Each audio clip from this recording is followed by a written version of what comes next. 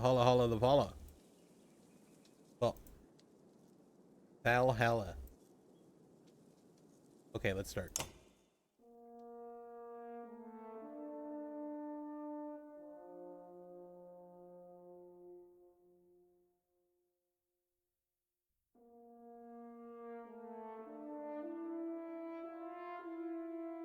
Gods, you're dead.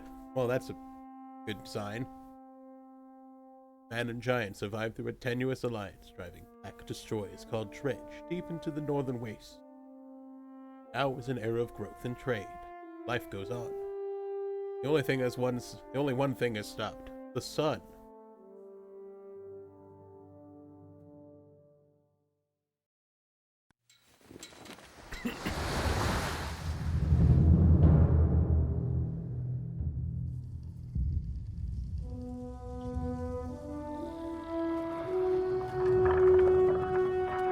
Að sjá dreggjana á ferli neðanvor. It has been several long months on the road. The first signs of snowfall accost us on our approach to Strand, largest of the trade cities on the Val-human borders, and our last collection before returning to the capital. Several days ago, the sun simply came to a stop in the sky. Though during these long winter days, none of us can be certain how long it has been this way. Some of the men in the caravan have taken it as a dire omen. I am not quick to superstition, but I myself will be glad to be done with this year's rounds. We have been warned by stranded travelers about brigands on the path through Ridgehorn, our road home. Our captain seems unconcerned. Perhaps he is as eager as I to be done here. We will rest here this day and inquire further when we speak to the governor.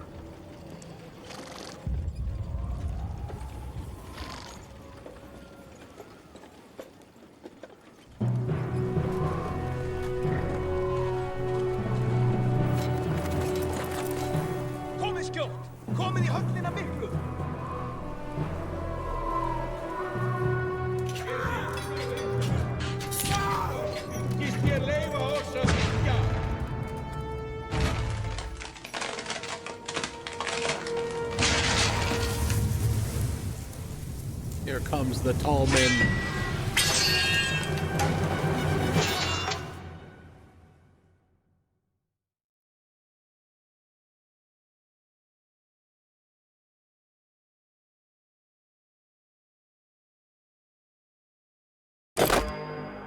Hverfið á braut!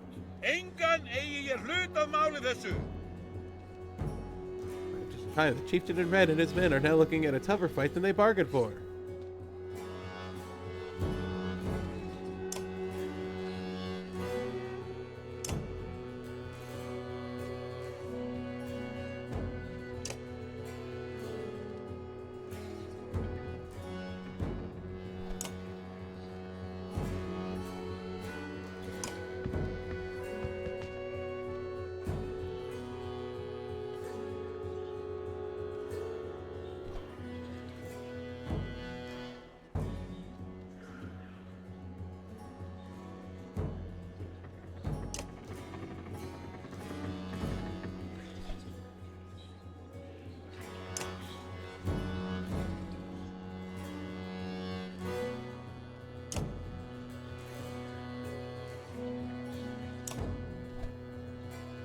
Hiya! Fuck you.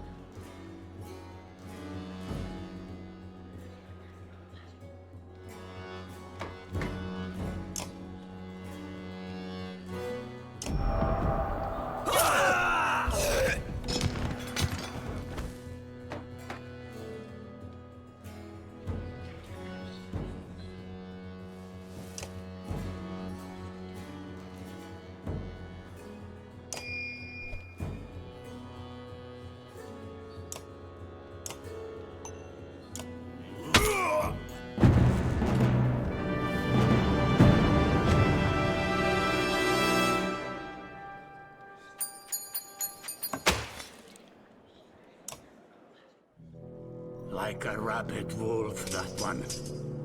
How did it come to this? We fool ourselves believing that peace will last. My grandfather built all this from a poor fishing village, you know. He watched the gods die, watched the chaos that followed, watched man and var slaughter each other, even before the dreads arose. All we've done is traded one struggle for another. Now that there are no more dreads to war against, we war against ourselves. This chieftain meant to kill me, and he's not the first. A dozen families in the city would gladly take my chair.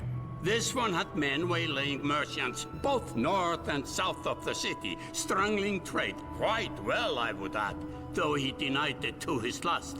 This sort of wolf doesn't stop biting because the head is cut off. It just grows a new head.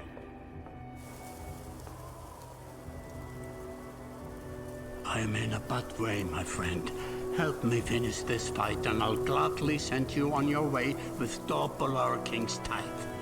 Take any men you need. They're loyal, I promise you that. They will meet you down in the proving grounds.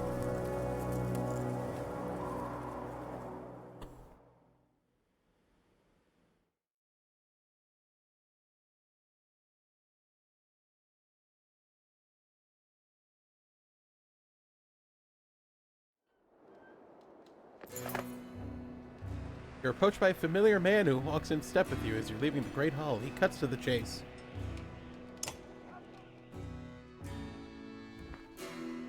Eric Stewart Strand. I manage the governor's business. Eric. Ubin was in it, isn't it? What do you want? The governor tells me you'll be giving us a hand.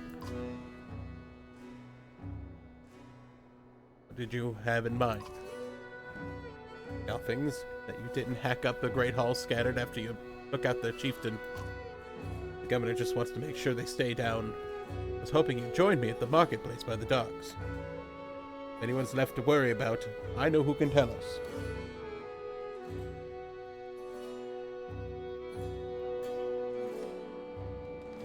Go to the market tent.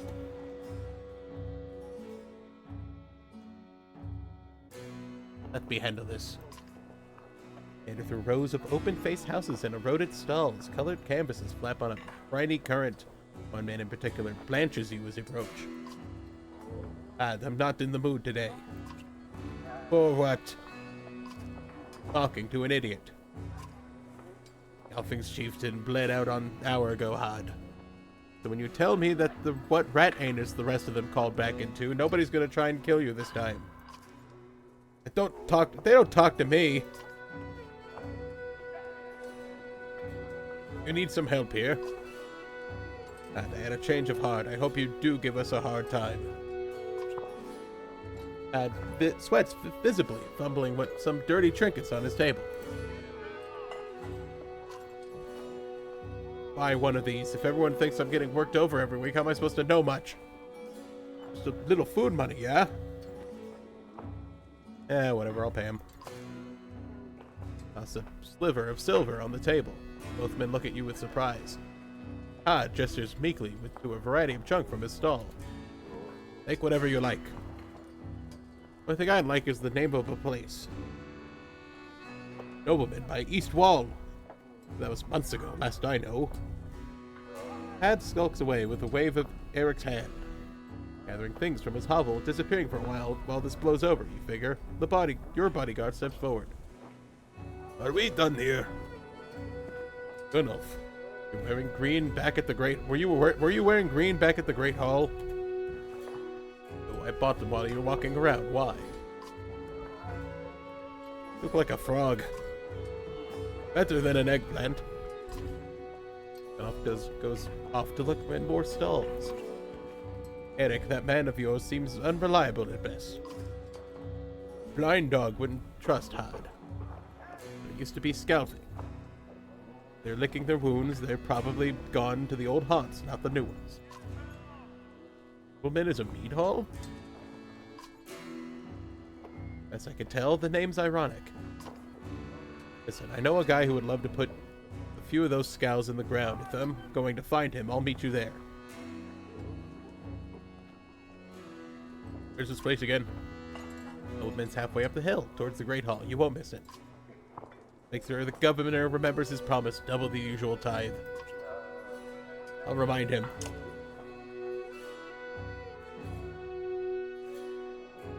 Okay. To the mead house.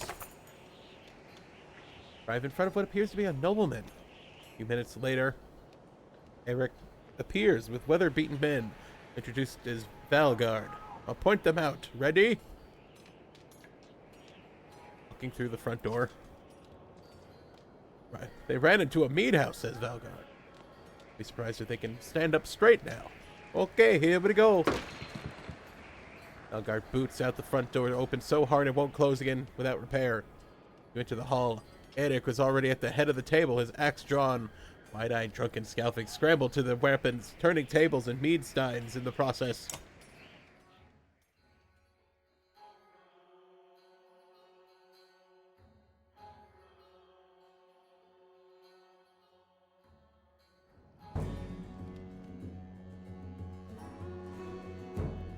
Let's fuck them up.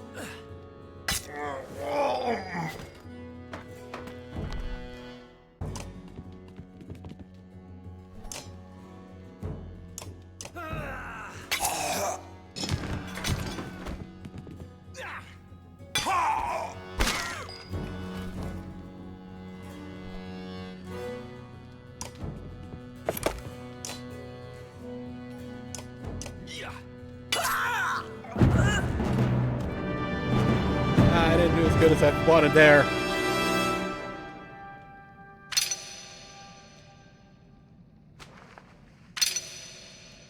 Wolf was injured.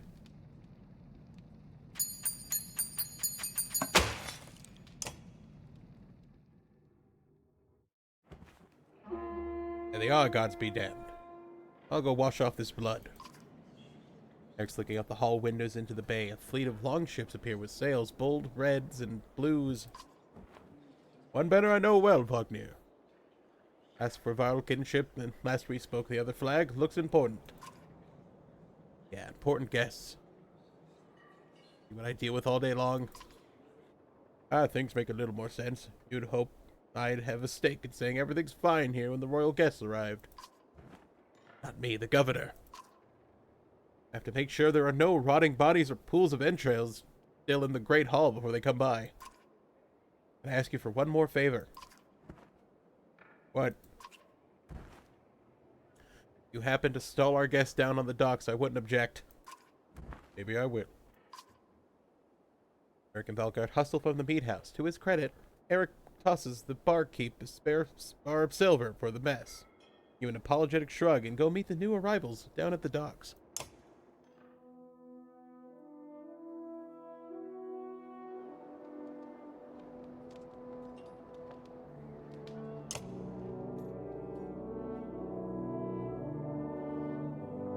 Here. Herr Varl steps onto the docks. In your mind, you recall a much younger version tramping the halls of Grofheim, funded in purpose. God, Hubert, you must be looking ancient. How's the being hold? There's Wagner. There must be Hakon. What's there?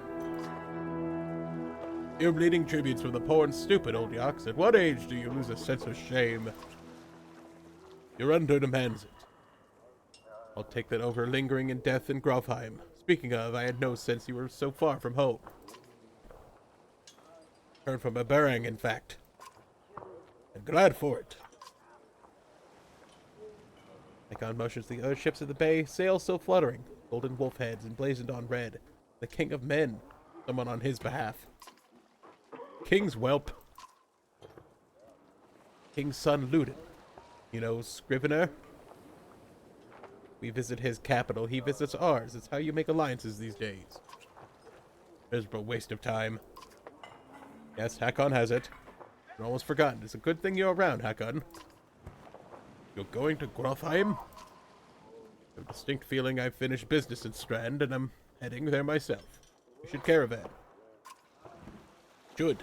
Give it a day. Better circumstances, I'd drink a week away, but let's just be done. Find me tomorrow at the gates. What I'm trying to say is the prince is a delight to behold. That is Mogar. Hakon, have him find a place and put up the warriors. I'm heading up to meet the governor. Hosts of giants depart in his wake. You recognize a few, others are strangers to you. I'll have to find Mogar. See you in the morning, Scrivener. I'll be along.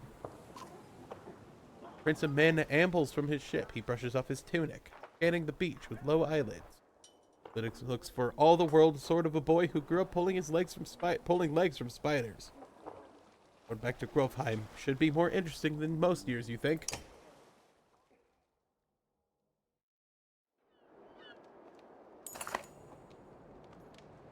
Weariness suddenly sets in, and you chuckle to yourself about what an odd day it's been.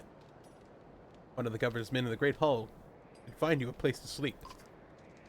On the other hand, you're going to join Wagner's caravan tomorrow, and it might not hurt to share a drink with Hakon, or introduce yourself to the prince that they spoke so highly of.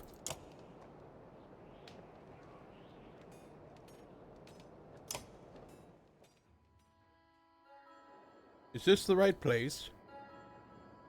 The prince at the inn. Guards blanket the building, including a sharp-eyed Varl who must be working for Ludin. Someone in red eventually waves you over, and stands nearby, arms crossed. Greetings, Prince Ludin.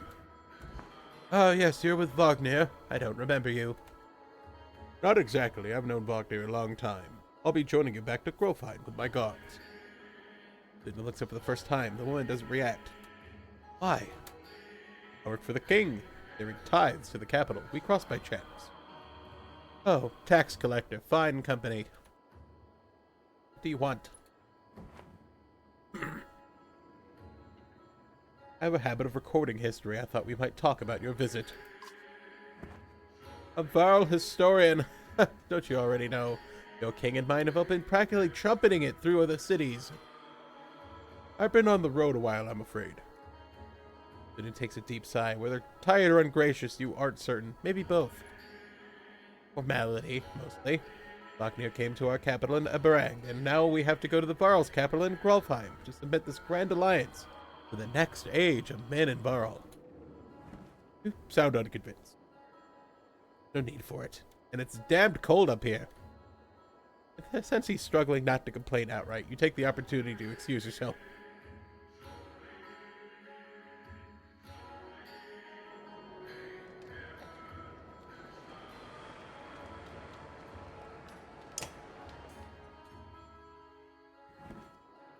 Scrivener! Find Hakan in a mean house surrounded by other Varl. Rand is no stranger to Varl, but rarely sees this many. Hakan weighs you over. Went straight for a flagon? Wagner's the one who agreed to pass the drink. I wasn't invited to the governor's hall anyway. You already missed the massacre. Every year I make the rounds collecting taxes. Every year it's the human settlements that give me trouble. No surprise. What is it this time? When I got here at the Great Hall, it was already full of bodies. We added a few more. Ah, humans. I guess if I only lived as long as a Yoxford, I might be desperate to make something of myself, too. Soon, not too late to start trying, Hakan. And let's slip a low chuckle. Any Varl would recount his deeds, known for he is cutting a swath through the dredge at Vognir's side at the Second War, and regularly since then. Down here, I'm a glorified bodyguard. You might have a point. Another reason to get back to Grolfheim. Soon enough, I imagine. You drink until the meat house becomes overbearing, then step back into the cool air outside.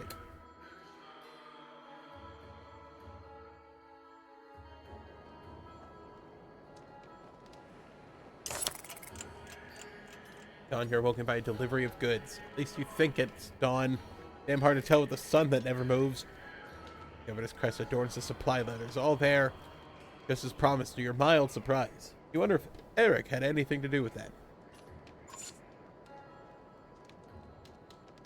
The guards take the treasure wagon down the gates. Lochner's already there. A while later, Ludin and his men appear, groggy and disheveled. Olgir steps forward, Lochner's quartermaster. If you recall correctly, in charge of his unwieldy entourage of warriors. You know him only in passing. He asks if you're ready to depart. Follow Moger and join the others. Usually the smaller doors set the gates would have been enough to usually enter or leave the city. But the town guards have been told to push them open entirely. They mutter things under their breath that are best not heard, while the governor expected you to draw a crowd. Nothing of the sort. Just frustrated, tired people. It summarizes Strandwell as a whole, you think?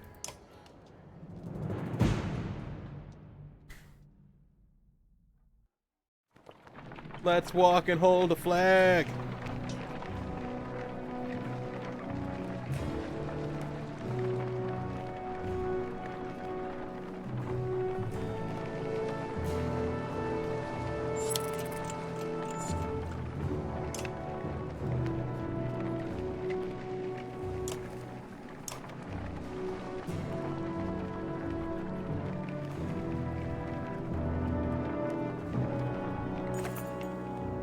Caravan stops for the day. A gift, Moger, says Moger, backing up in mead cask. For our gracious friend, the governor of Strand. Hours pass without raucous laughter, as the mead is passed throughout camp. You drink, toasting the alliance between man and Varl. The others join in. Ludin's expression is like a stone wall, but others laugh at your exaggerations. Eventually, you sit down beside Vognir. I'll go easy on the drink. I'm getting old. You go easy. You've nothing against a good drink, but if anyone's going to keep an eye on things, it may as well be you. Revelers eventually fall asleep without incident.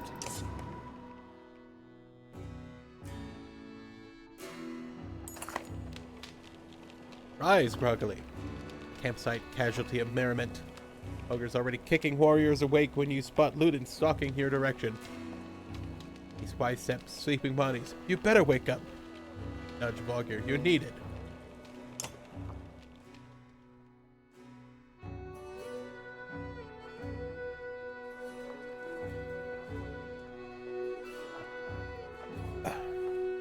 Ah, it's Ludin. Always a pleasure. You look well rested. Ognir releases a caged yawn, or sees a hard-eyed stare in return. How long to Grofheim? We're only 2 days out of Stranding now. Come, I'll show you on a map.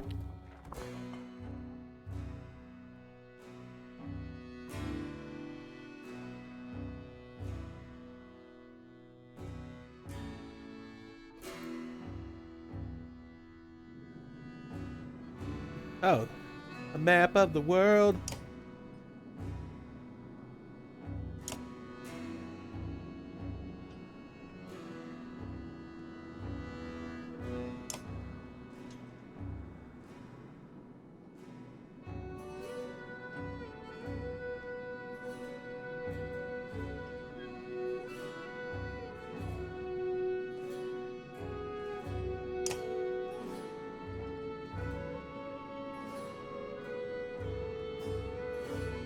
Anotoft, Bitterfell, Schlid.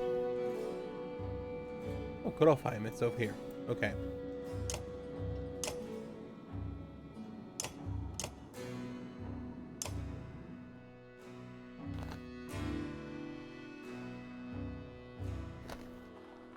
Head north, then east, past the forts.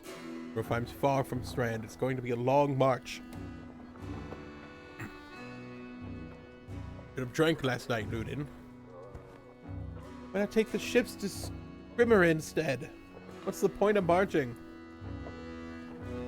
Silverstone Bay is called that for a reason. It's covered in ice all year. Would tear up the longships. Too bad, though. Could have shown you all the wonders of Skrimmer instead. Half-sunken city crawling with dredge, Prince. Dredge and glaciers. You like glaciers? Ludin exhales through the nose, a poor disguise for his contempt. He turns and bats aside the tent flaps as he goes, barking at his company in the distance. Don't poke the anthill, Wagner. Needs to be no happier to be here than you. Spend a few more days with the boy, old friend. You'll be looking for a tall cliff to hop off of, too. Ludin's got a shorter wick than Hakan. Thanks, Wagner. Let's get moving. Another half day to Vetterfell if we're lucky.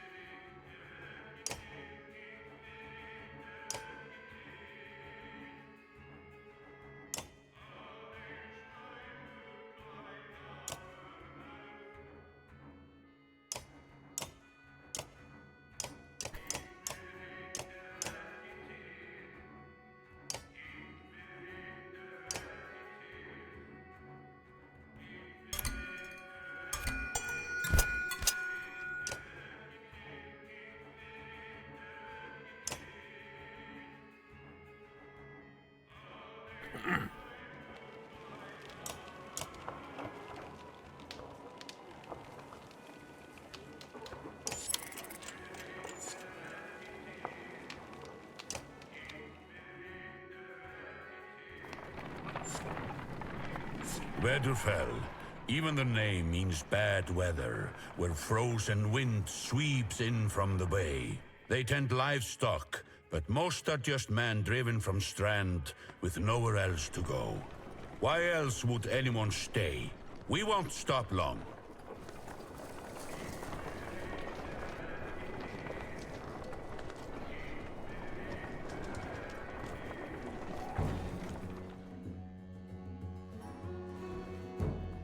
By Haddenburg, there's a lot of vow for some missing cattle. What? A couple days back, sent word to Strand about the cattle. You didn't expect an army. He looks pleased with himself, until it sinks in that you aren't here on his behalf. Where have your cattle gone? But no, my boy's seen men up the hills, carrying them away. There are not many men who can hoist a whole cow by himself. Have things out here, maybe? Would have Varl working for them? Nothing the governor told me. I'm going to take a look around and get camp set up. As it spits, his eyes anxiously darting about as the caravan sets up tents. We'll be here no more than a day. There's silver for food and silver for any food you've got. Hundreds of Varl, are you serious? Never you willing to sell? You're thinking of squatting? Not enough room for a couple hunters here. Forget hundreds of... Shut up. Hear that? Where's Luden? Hey, it sounds like fighting and something else. Hakon takes off at a run.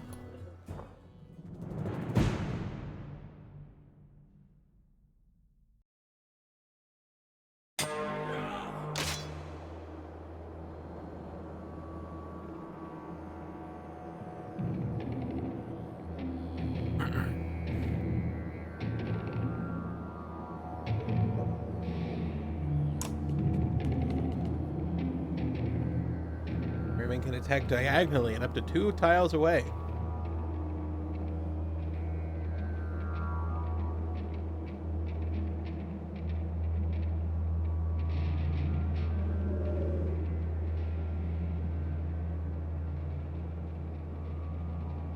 Me higher than your strength. There's a 10% chance the attack will be deflected. There's a chance to hit shown above the attack button. Attack this enemy's strength. Selected attacks do no damage. From here, you will fail catastrophically if you don't break armor. Damaging both strength and armor is equally important. God damn it, Luden.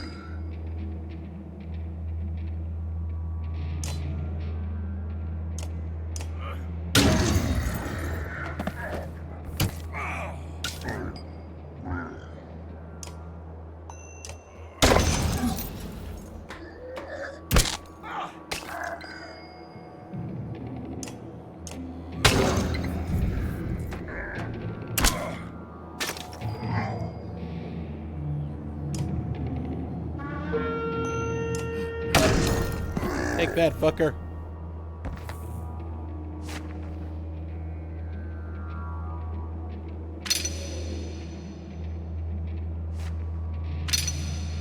Gunolf has been injured again.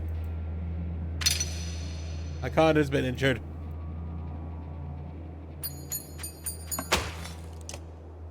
I'll figure out what renown is eventually.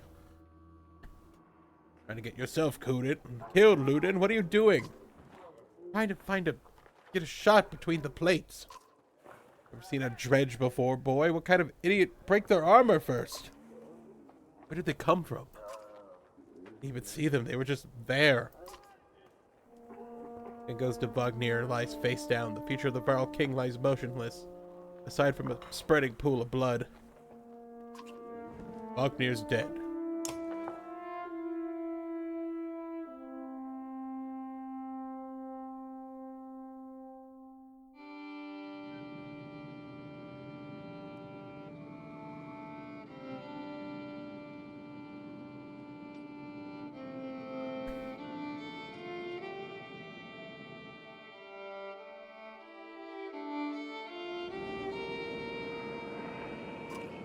Where did that thing come from? Stay close. I think it saw us.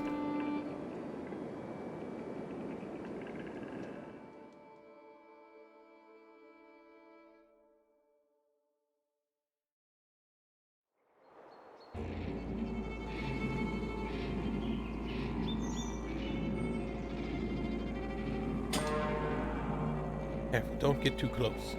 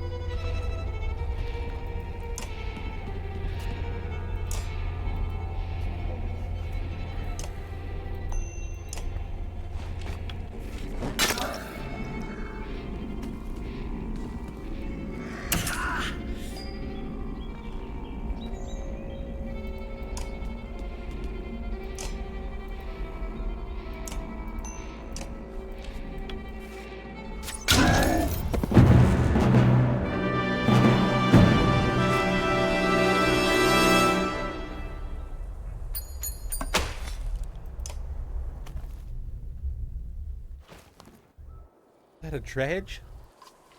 Well, it looks calm, but you can tell her heart's about to beat right up her chest. It was. Let me see. Are you hurt? No, I'll be fine. When the dredge attacked your cart and the yaks bolted, it spilled most of your supplies. You can see more dark figures moving through the trees as you glance in that direction. All that food. That's the last we're gonna get before winter. What do we do now? Don't run, let me think.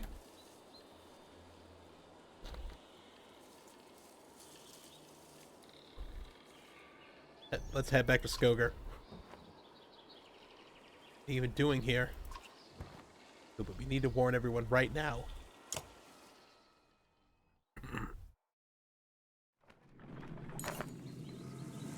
Supplies represent food and other goods used to keep everyone alive on the road. When supplies are gone, people will start to die of starvation. The more people are in the caravan, the faster supplies will diminish. See how many days of supplies you have left on the travel display at the top of the screen. Most towns will have supplies to sell, as well as a few items.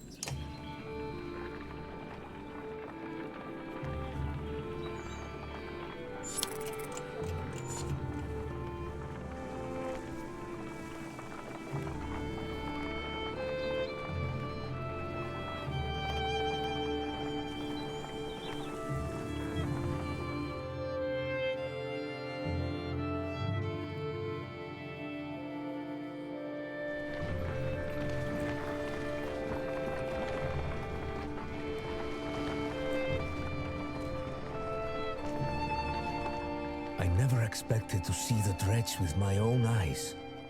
What happened in the north? Already we see more between the trees as we approach our home, and Alette grips my hand tight. We must find Ivor.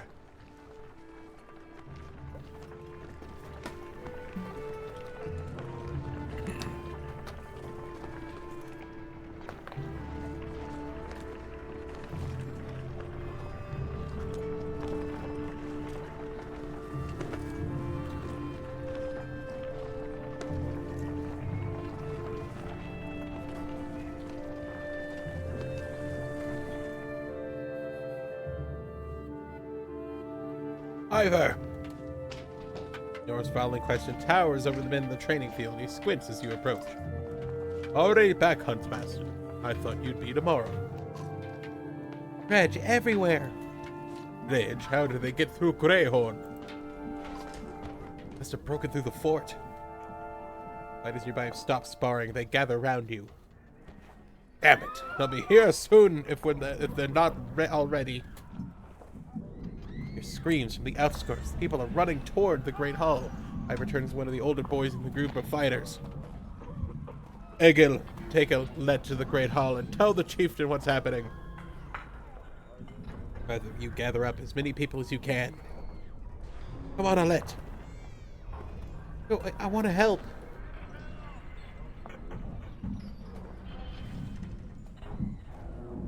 Let them fight, Ivor. Invite some goats to join us too. You're asking for dead kids. I won't let anything happen to her. We'll have to deal with it sooner or later, Ivor. What now? Egil, keep your sheet up. We'll hold them off until everyone's inside, then we figure out what to do next. More shouts draw to your attention as some houses atop a nearby hill.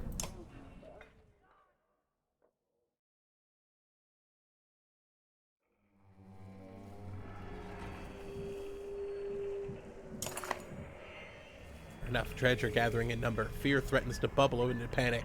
How long do we need to keep this up, you ask? Ivor shakes his head unknowingly. That's a bad sign.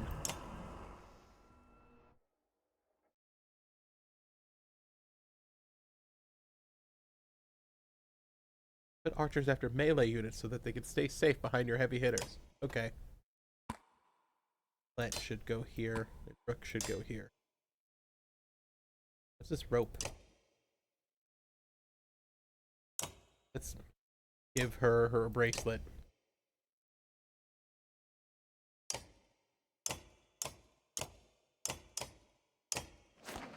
There we go.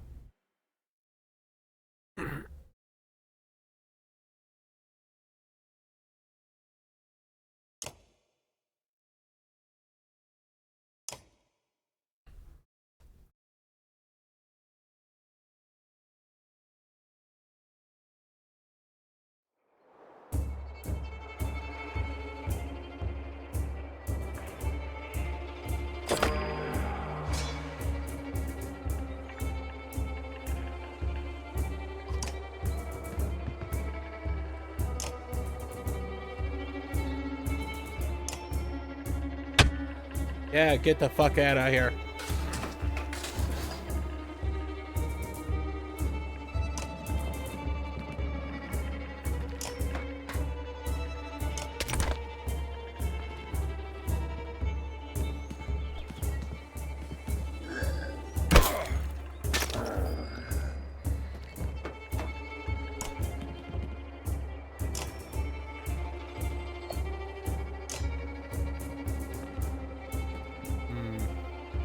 Let's weaken them.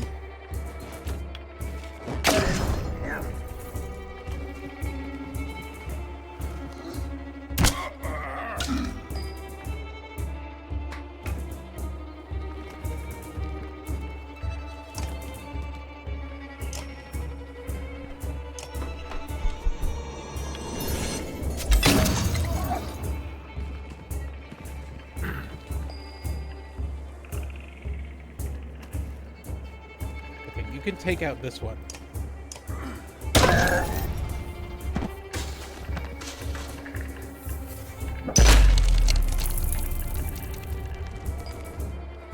I mean, that's a good thing I did that. I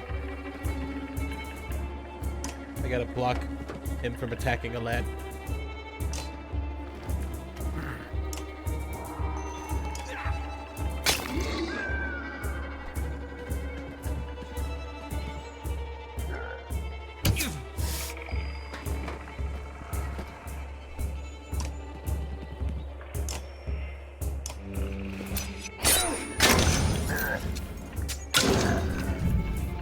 Ooh, that makes everyone attack.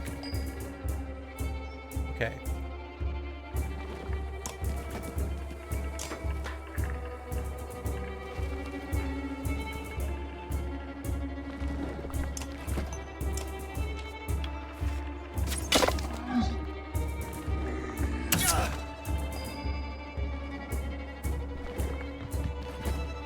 Well, first of all, you die.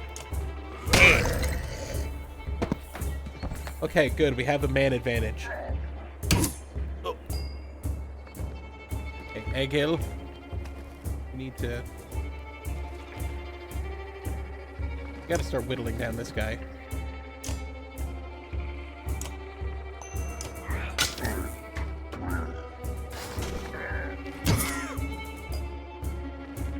Rook's starting to get hurt. I gotta back him off. Keep attacking the armor.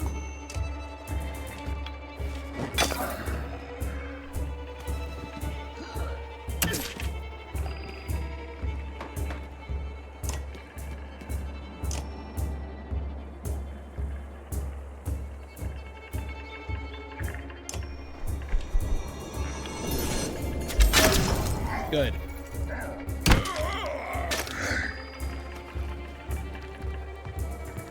And now you die.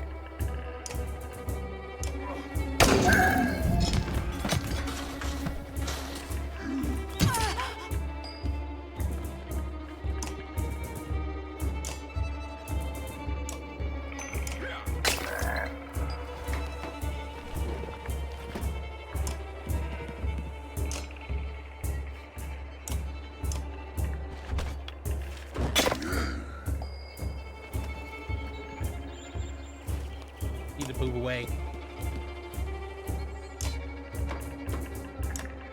Keep attacking the armor.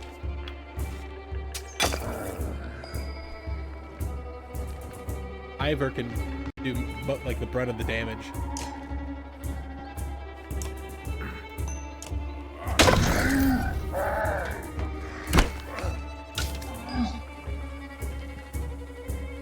Finish him, Eggle.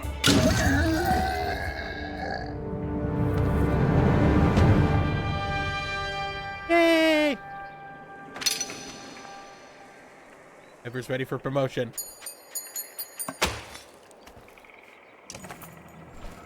Combat can be unforgiving. Don't forget to hesitate to change the difficulty. I'm gonna play on medium until I get stuck. That's my rule.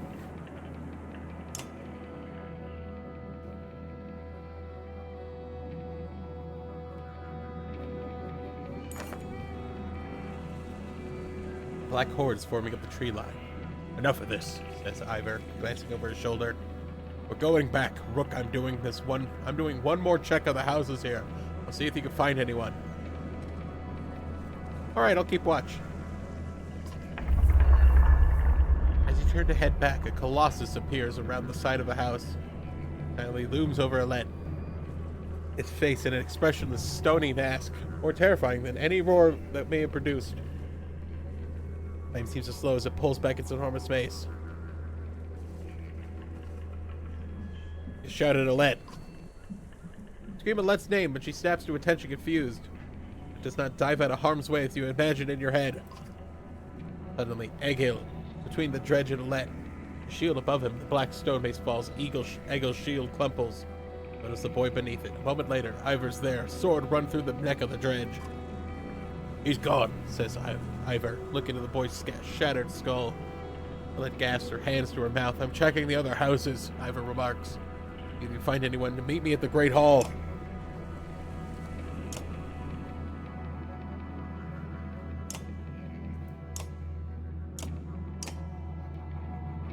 Promotion.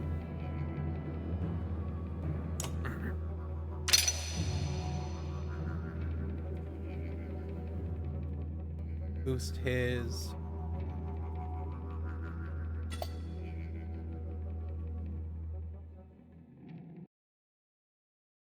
increase his strength.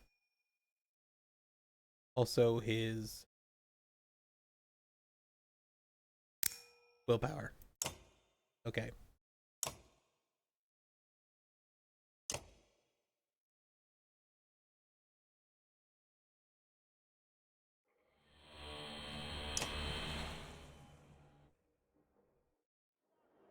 Find anyone? Few sent them inside. God, this is bad. About Gil. It was my fault. He was a good fighter for us. No family, I thought. Forgotten what it's like facing Dredge. I'm out of practice, Rook. Look, as long as I've known you, you've always wormed your way out of talking about Dredge. It's time to start talking. I can tell you they rarely stop for rest. The sooner we leave, the better.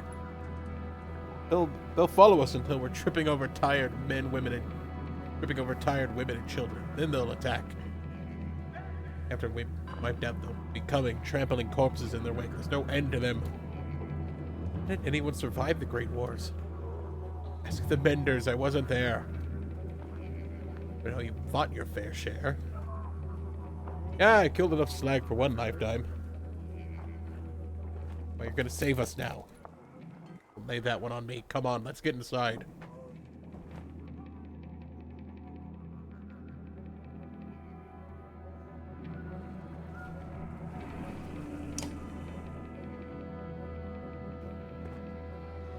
Rook, thank the gods you made it. The Great Hall's an utter dim, filled as it is with dozens of terrified families. Don't stop worrying yet. I haven't. What in the depths is going on? Dredge milling around, ransacking houses. Chieftain's wife finds you pushing through the crowd. They know why we're here. Why haven't they attacked? Oh no, I wouldn't expect it to last. I've made some decisions, but tell me straight, what would you do in my place? I'd have left by now. They're already outside the doors. Not done so easily, Rook. I trust Ivor on this. Sighs a deep and heavy breath, slumping. He looks years older. I imagine fighting back and saving the town, but nonsense. Ivor's right, of course. We can't just wait to be slaughtered. Where do we go? If Dredge are coming down from the north... Frostville, to the west. It's close and it has walls. I intend to be free of Skoger in one push. Nobody left behind. I wouldn't. If they follow us, we're done. What do you suggest? Let me create a distraction, then go. I'll catch up on the road to Frostville.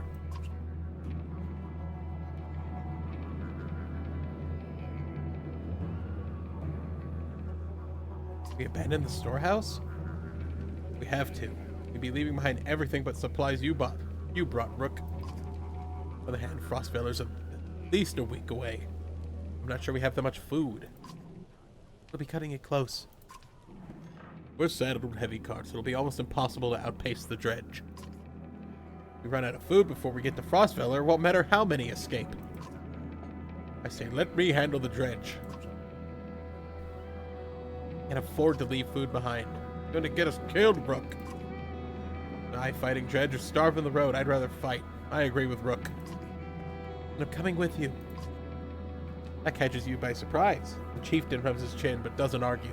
The training she's given, Alette, you've no doubt she can handle a bow. Alright, I'll get the townspeople ready. Some of the fighters and gather as much food as you can. Tell us when you're ready.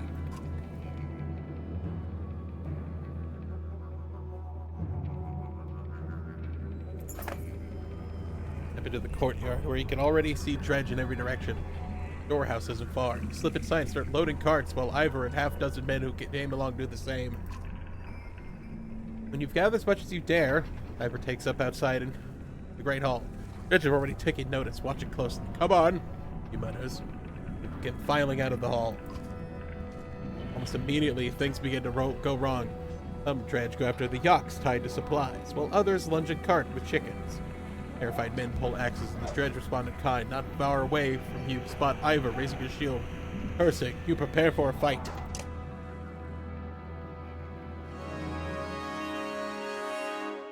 3 archers and a big guy. Okay.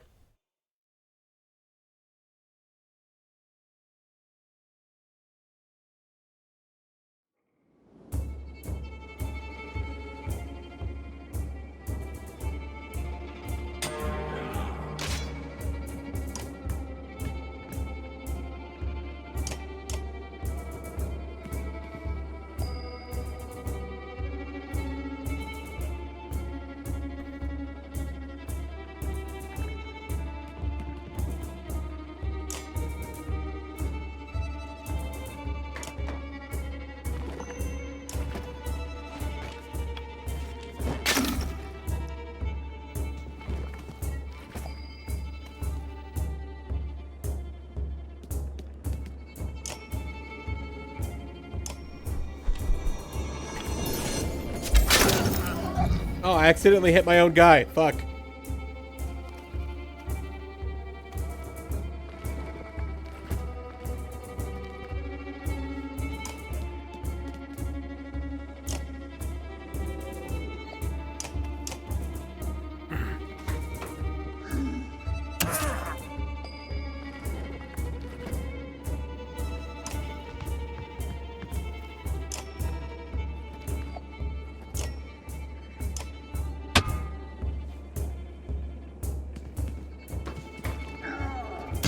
Man, they really hate Rook.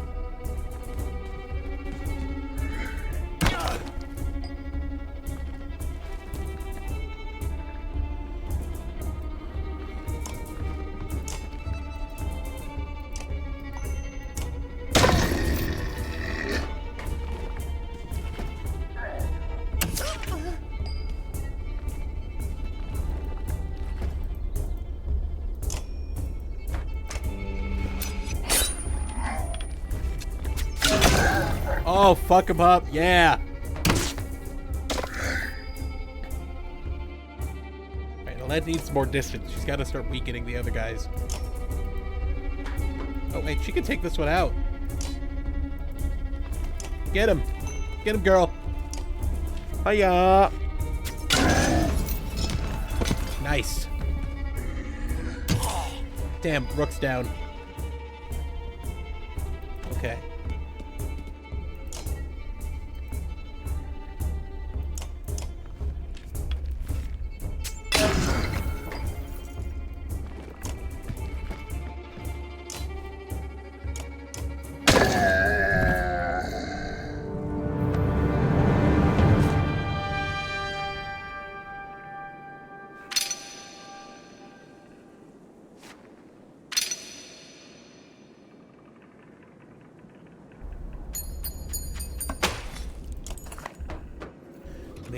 chaos that follows, you notice at the corner of your eye some of the town guards struggling desperately with Dredge. What be the chieftain amongst them? To your left, Ivor's laying into a large colossus behind him. An elderly man scrambles to his feet, past. And it's clear that most of the townspeople are scattering. No one steps in, they can be picked off one by one. Nearby, a ox bleats pitifully as Dredge wrestles with the wagon tied to it. Another full cart has been toppled beside it, abandoned. You wind up losing more food and supplies than you started out with.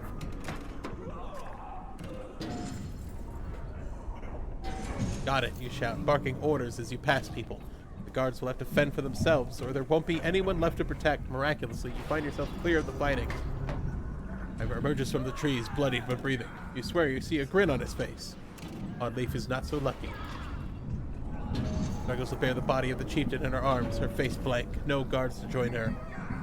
Gather her to the caravan, cover the body with a cloth. The chieftain's death hit you like a punch to the gut. Only in Ivor's assistance does the caravan continue to Frostfeller, a Let's hand clasped tightly around your own.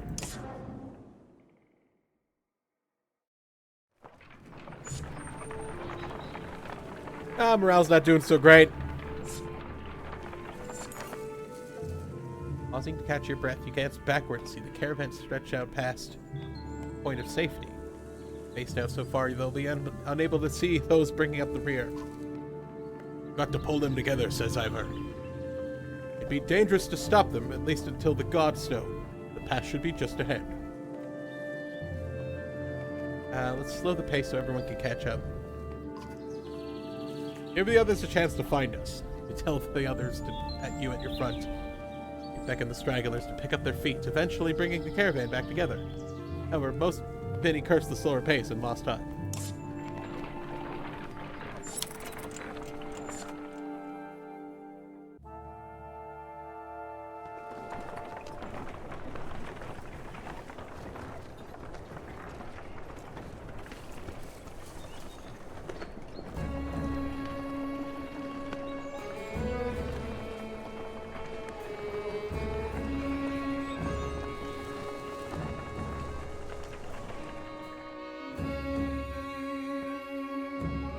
Enough for today, I think. For a day of misery, men and women drop their meager possessions beneath the godstone of Irvalder. Where are we going? We just left our homes because suddenly there were Dredge. Probably shouldn't be looking to me for advice. Look at these people. Somebody has to hold them together. That's you, Rook.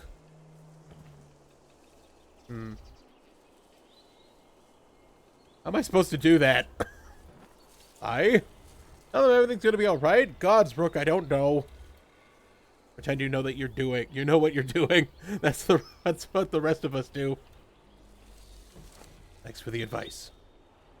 I fucking love the Banner Saga, but I never got to play the final one, so I'm gonna play all of them on stream. Do whatever you want. Let them fend for themselves, if you can live with it. Humans are absurd, Rook. Furious for what you're not in control. Terrified when you are. Hold it together. I'm worried about Alette, mostly. Keep her close. You do care, I can tell. Men are a plague on this world worse than any Dredge, as far as I can tell. That's like this or why we get along so well, Ivor.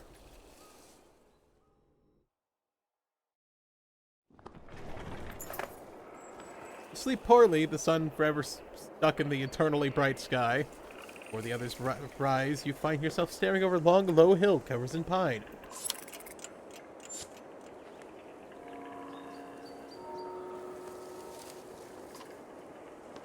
Where the stone does not see many visitors. Not much reason to travel east when our hunters come through Midi. They sometimes stop to give offerings. Out of habit more than anything else, now the gods are dead.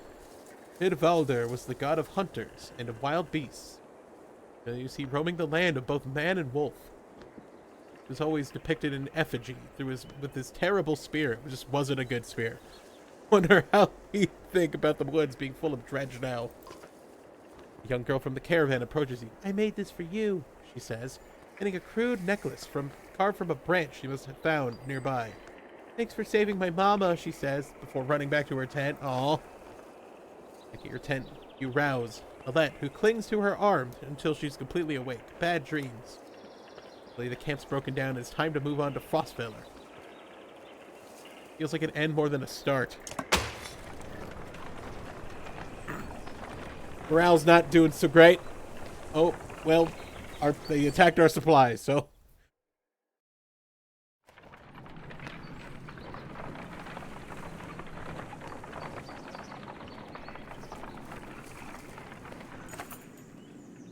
Caravan halts when a group of men appear on the trail, weapons at their feet. "We've seen the dredge in your wake," says one. "You don't wish to meet them alone. If you let us join you, we'll show you a watering hole with enough animals to fill those supply wagons." An inherent fear of strangers mutters from the caravan. "What are you doing out here alone?" "We were hunting for food when the dredge found our village," says the man. "When we returned..." I'll let them join us because he said they have food. "If you'll be no trouble, come along," you say, and then cautiously join your ranks and prove trustworthy. The hidden watering hole nearby is teeming with animals, and soon your supplies are restocked. Hey, food. All right.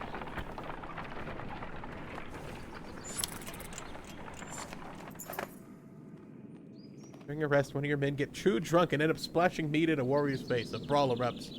Many thrown fists and a broken bone later, the instigator, Reffensvarter, is tossed on the ground at his feet. Angry clansmen looking for satisfaction. His personal defense is little more than drooling mumbles. Let's tie him up until he dries out. Grab a rope from the supplies and make short work of the sot. You onlookers throw scraps at him, but most just walk away with a laugh. He's content that some measure's been taken.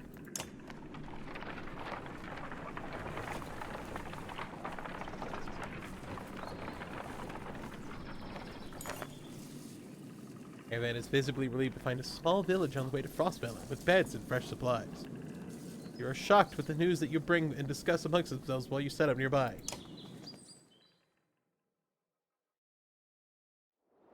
Okay.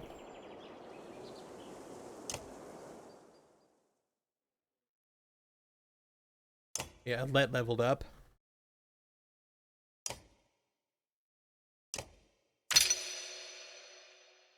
I think I want her to be better at breaking armor. And maybe some armor so she doesn't get attacked as often.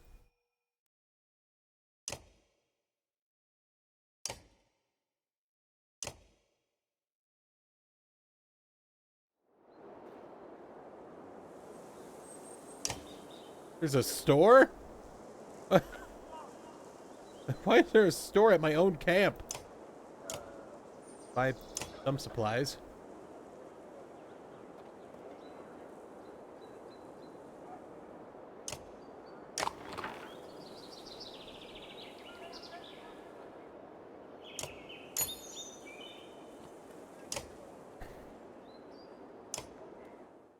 Give Rook the lightning stone.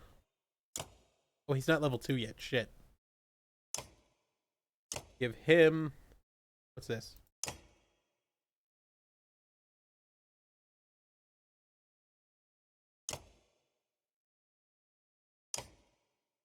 The Bjarken rune.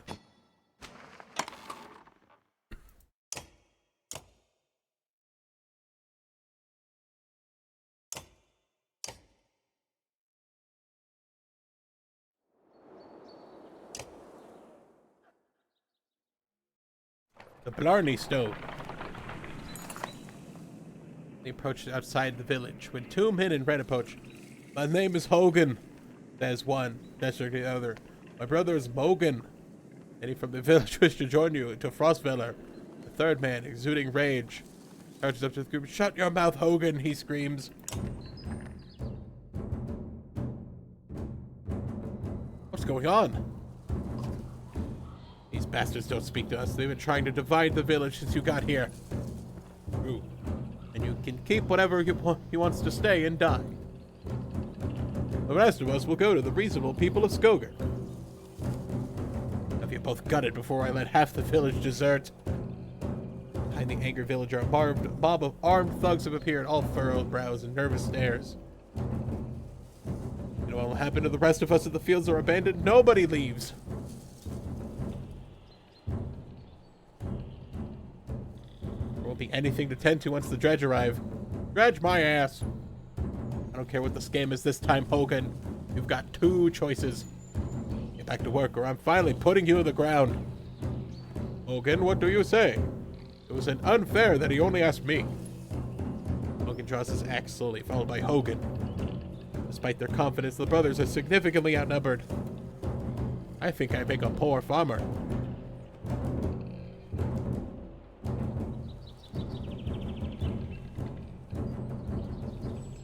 Ah, shit, I don't know what to pick. Two brothers. Fuck it, let's make it a fair fight. Ivor steps forward. The thugs hesitate. As you pull your axe, you notice that the lead's nowhere to be seen. Where daughter? Where my daughter? Okay, Hogan and Mogan. I think they're the exact same guy, but there's like a scar on one of them. Okay.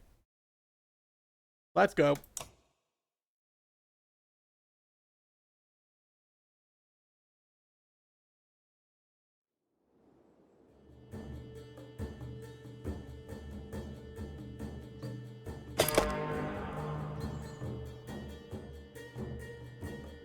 Well, I mean, they're twin brothers, yeah.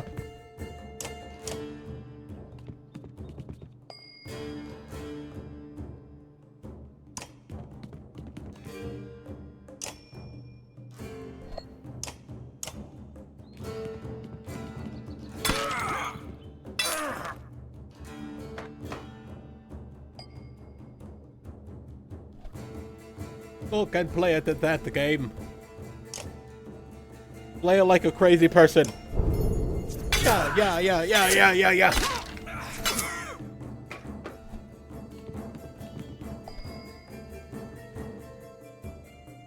Okay, Oddleaf can go and just chip away at this guy's armor.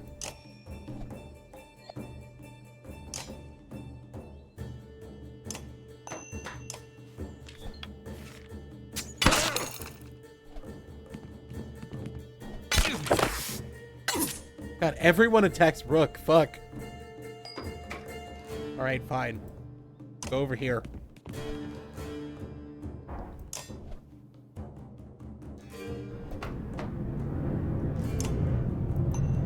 I'm being attacked by a jet. Hello, Raka.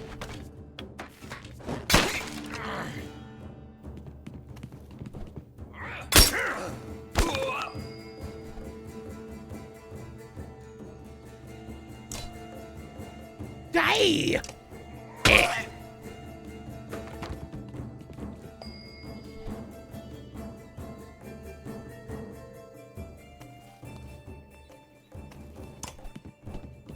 Yeah, I don't really play for achievements because I'm weird, and also I started playing stuff before achievements.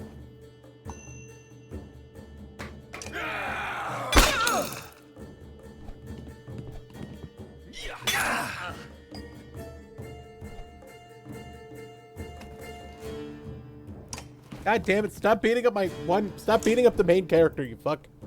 Come on. Get it together.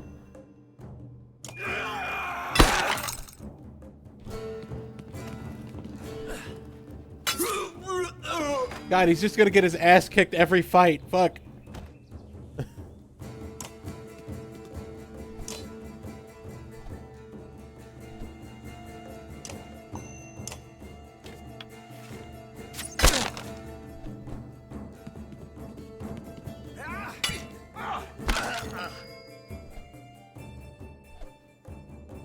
How fastly can I beat your ass?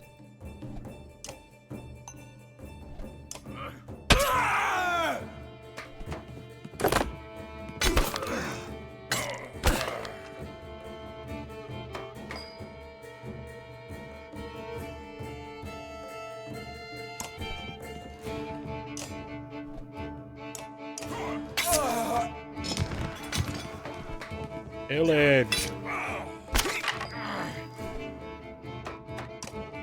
This is actually my second playthrough, besides the third game, which I haven't beaten yet.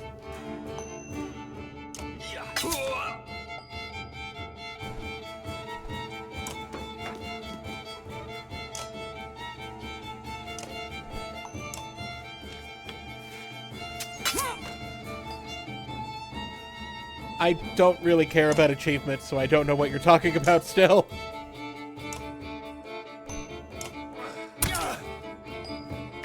I mostly play games for story. I don't care about achievements.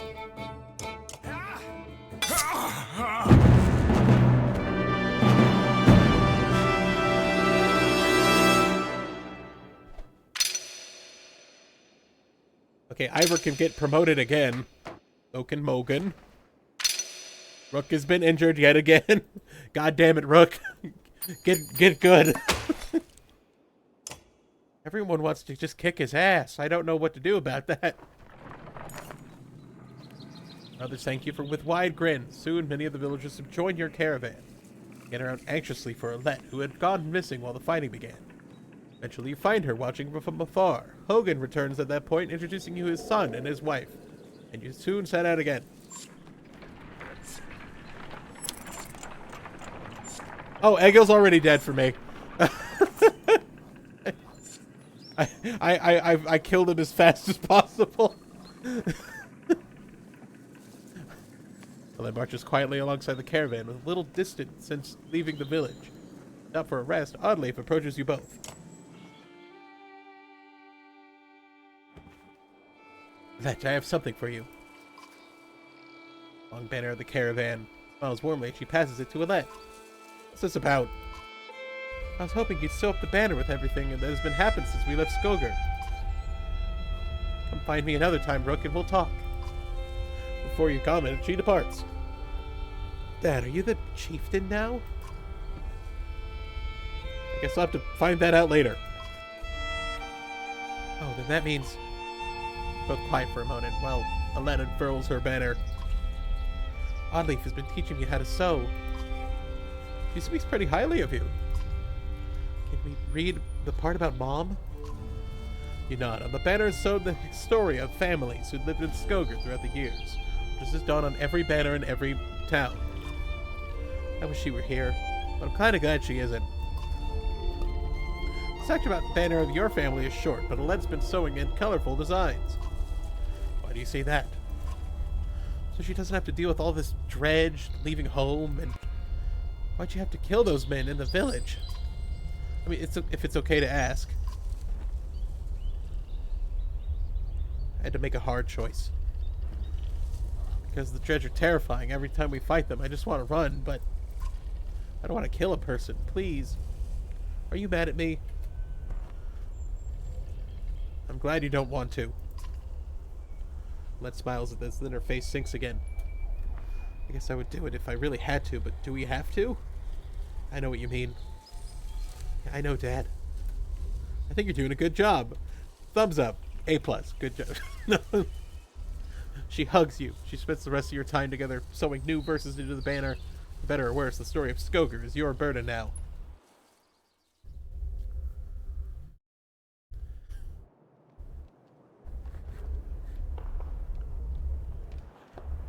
I don't know if it was like a money thing, but this game is a little like weirdly short, and it sort of feels like it should have just been one big game, but they wanted it in 3 parts because I think they needed the money.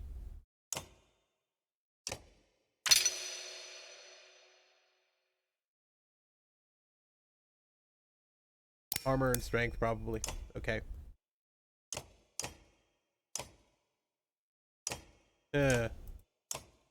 They have their beard in the exact same way, too.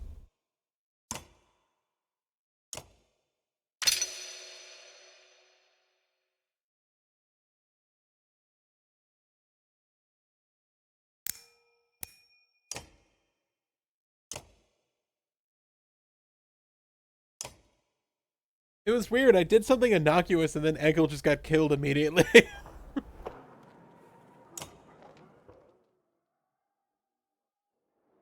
How are you doing, Aunt? I'm alright. Not at first. Sometimes when a loved one dies, people say it doesn't sink in for a while. It sunk in for me right away. People tell me I'm a strong woman. Funny, my father made Oddleif before I was even born. He wanted a boy so badly. Strong woman, what does that even mean? Means you're gonna be okay. That's not being strong, that's just being. Feel nothing about my husband dying. People think I'm strong. If I cry because my insides feel like they're on fire, I'm weak. How's that feel so backwards? Sorry, Rook, it's been hard. You're not sure what to say. In many years you've known the chieftain's wife. This is probably the most you've ever talked. Asked me to come and find you? Yes, it's about the banner. I thought about it a long time. He asked me to give it to you. You know if something happened. Your family, you should carry it. You're right, I should. Never mind. Why'd I even ask? It should be mine. I could carry it. But I thought about why he named you. I get it. They won't follow a woman. Families would leave. Our banner would be divided. I would vouch for you. Come on, Rook. This isn't the time to pretend. Not just about our small town. What happens the first time we need something from another clan? How will that go? First time someone thinks they can take advantage of us. I think this is what has to happen. Oh. Just oh. Have you always been this talkative, Rook? I know I dragged this out. The truth is my husband and I could never have a child. I don't want our banner to end here. We need to have a banner saga first, trademark. It'll be safe with you and Alette. I know you're going to take care of her. Your hand on your shoulder. She heads back to camp. Alright, fucking Rook needs an item to stop getting completely murdered every single fight. Looks like I can't get one yet. I think I might have to be in town. Morale is just a shrug. Small split in the trail. Few fighters stop to speak with you, carrying a single pack. You recognize this place, one man says. It's been several years here to train with some kin while they were still around. You have to warn them of what's coming. With luck, they'll find you again in less of a week. Remind everyone they're free to do as they please. Thank the men for coming to you, but raise your voice for everyone to hear. We all make decisions for ourselves and our families. We're free to do what we must. Agreement echoes through the caravan. A small group of men take their leave. Hey, morale improved. All right.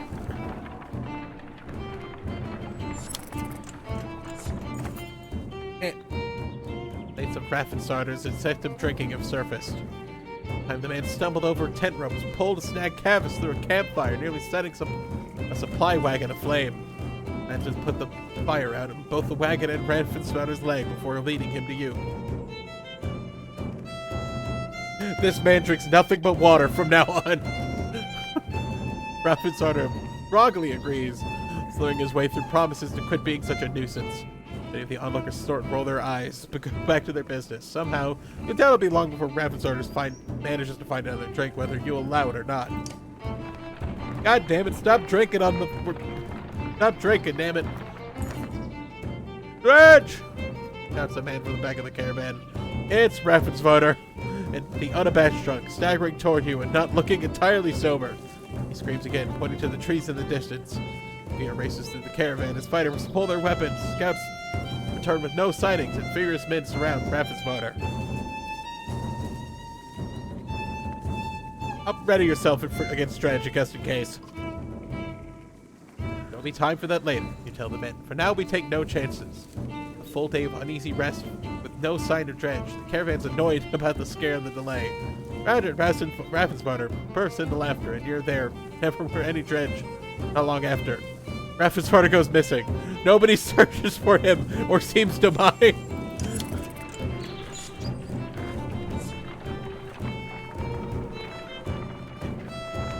Once a strong, thriving city, the walls of Frostvellir now just keep the howling winds at bay. With luck, they'll hold out against Dredge as well.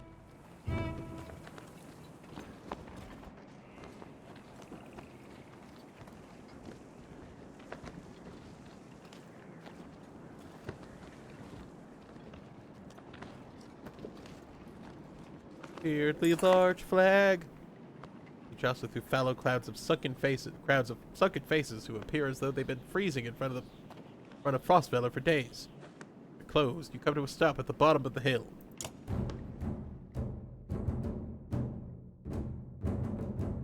is not looking good. There's so many people in the fields. Can't stay outside in the open like this. Onleaf teleports in front of you, amongst the many refugees. Look, I talked to some of the women here. Nobody's being let into the city. Why? I don't fucking know.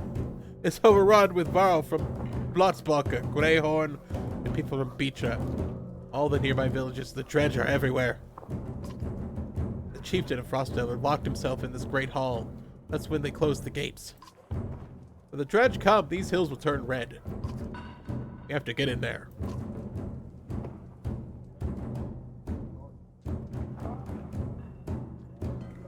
Where we go? Our whole caravan?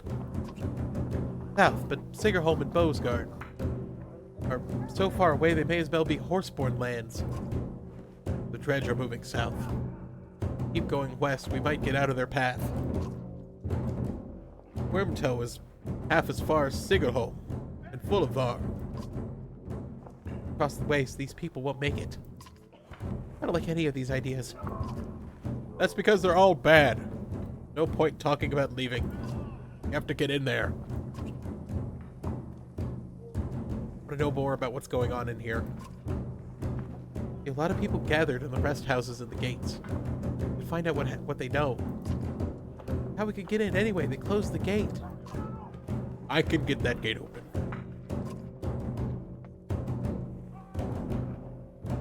Hey, they're all from Boston. I do an accent, but I feel like I'd start coughing and shit. I wasn't going to break it. Just push it very hard.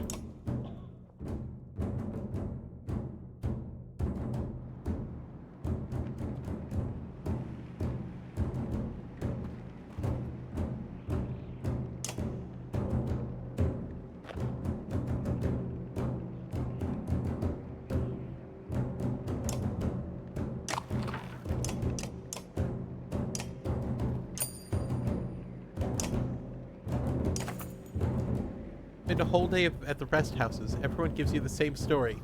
The chieftain just shut himself in the great hall and closed the gates. There were a lot of wounded people here, adds Aled. We could help them. Rest house is overflowing with refugees, the sick and wounded, and noise. Tend to the wounded.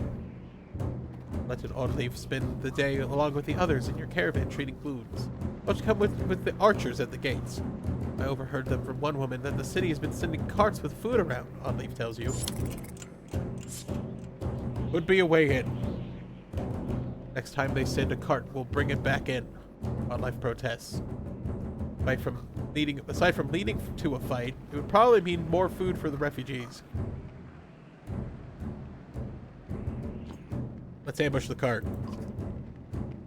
You don't have to wait long. Early the next day, you spot a cart leaving the gates of the city.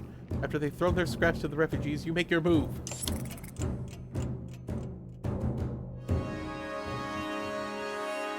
The gang's all here. Okay, Rook, you need an item. At least one item. Maybe you won't get your ass kicked. I don't know.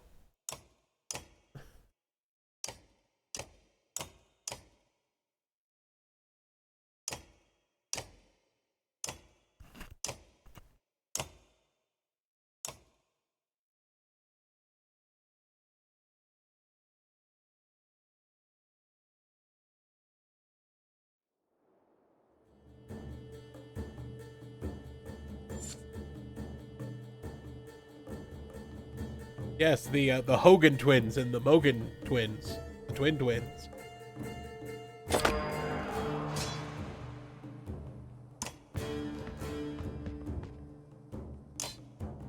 Attack! Hiya!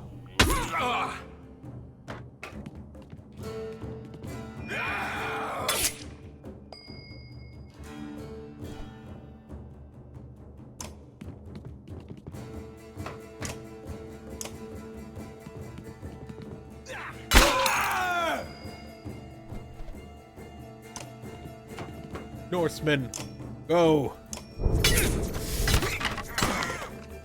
Nunchucks, nunchucks! But with an axe.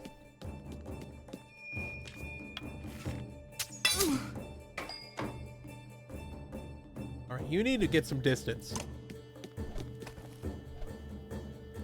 She already down to 1 fucking health? God damn.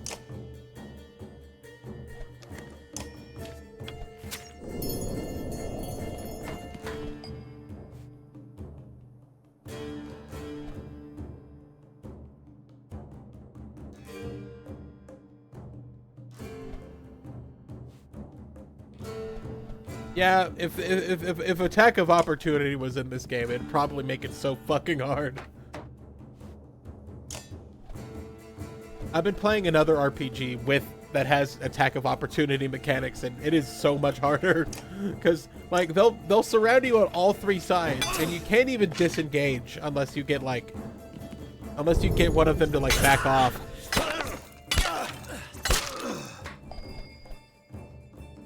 I do not like where they automatically set Alette in this fight.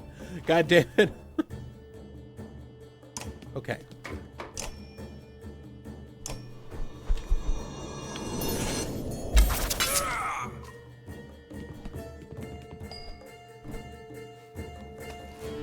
Hey, I'm not asking you to kill anyone, Alette. I'm asking you to shoot arrows at them until they stop moving. That's different. You know, that doesn't mean they're dead, right? That's totally different. Yeah, see, he knows what I'm talking about.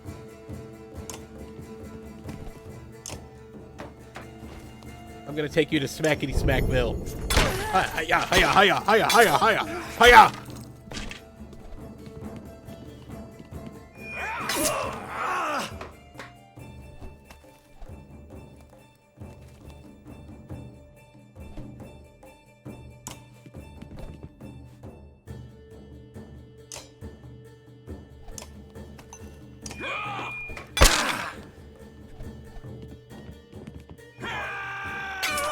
Man, they really wanted that one dead.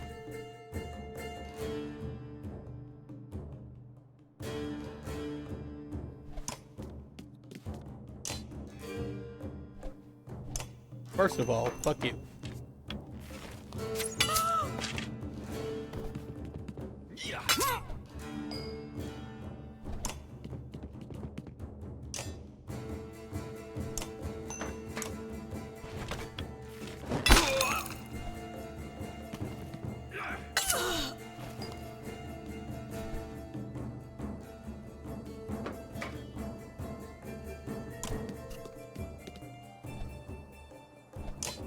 Look, I'm not saying you have to shoot people, but it would be really helpful if you did.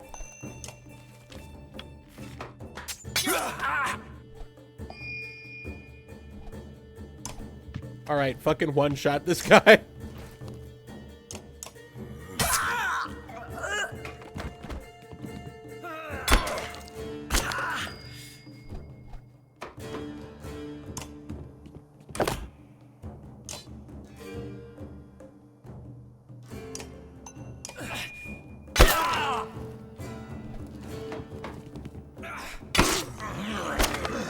Depends on the battle.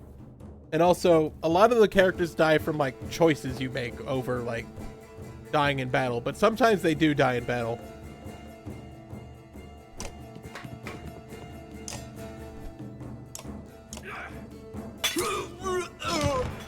Oh my god, Rook actually was useful. Oh my god.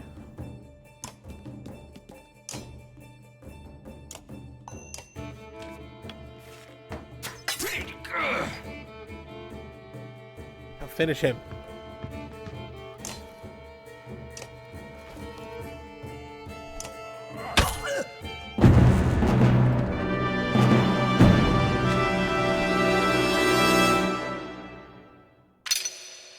Okay, so Oddleaf's getting promoted. Rook's getting promoted. Logan's injured. Oddleaf is injured. And that's it.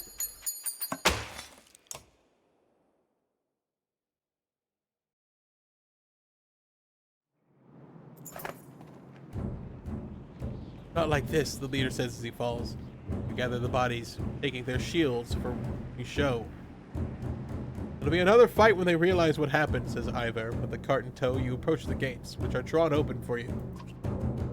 As Ivor predicted, as soon as he crossed the gates, the guards see unfamiliar faces, and they can draw weapons, while refugees rush through the open doors. A man wearing black watches from the fight from a distance.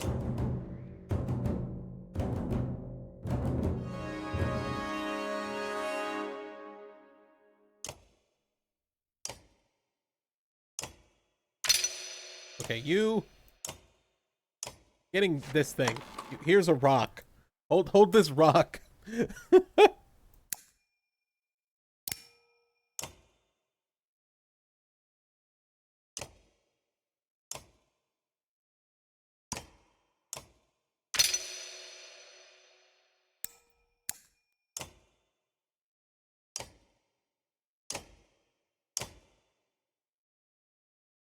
Would you like a lucky coin? Here you go.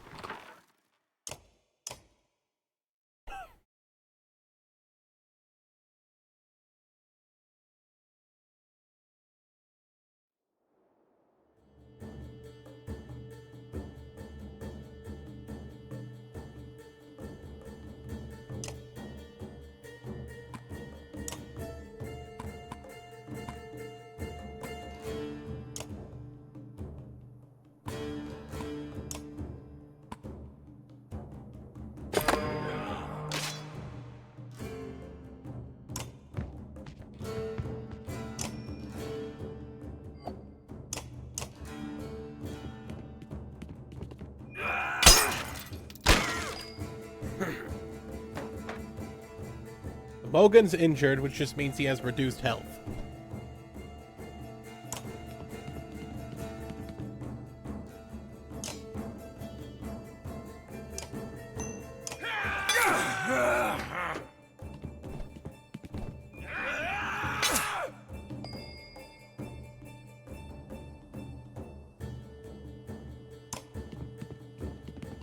Come on, brother, Smackdown. Smackdown with your brother.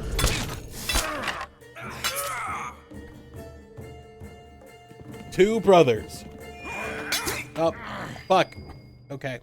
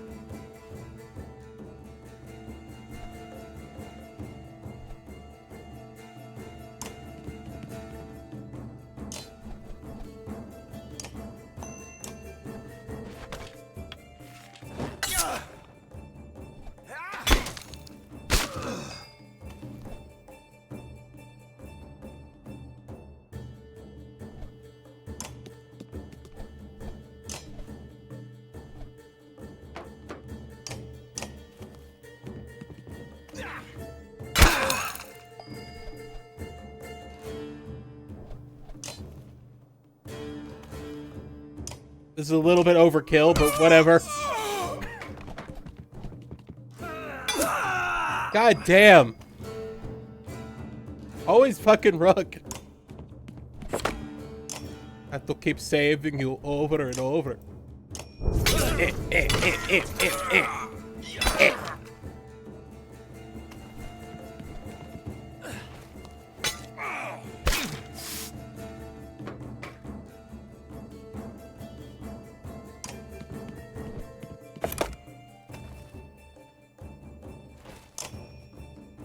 Good old Hogan flail.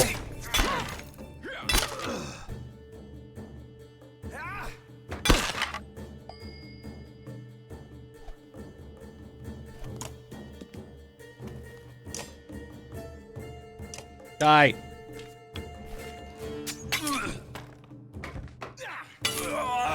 God damn it, Rook. You had one job.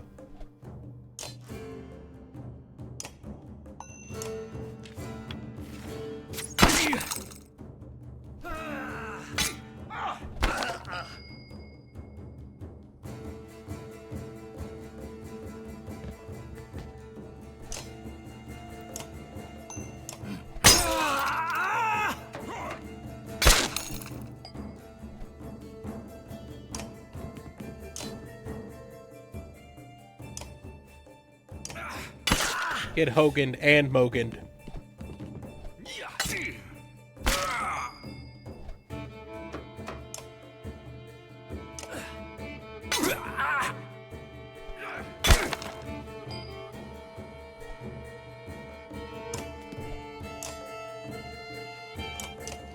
Oddly, if he's just killing shit, though.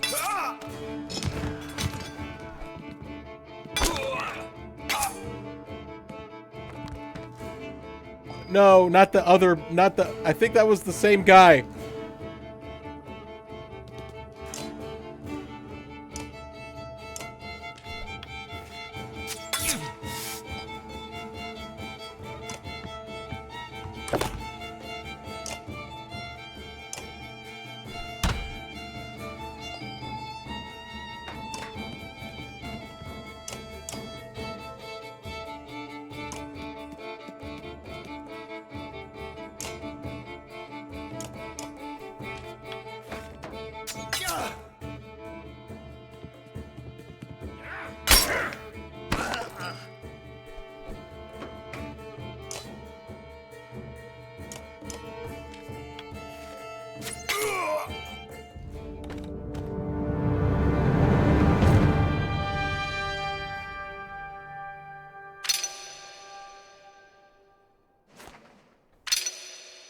Rook has been re-injured.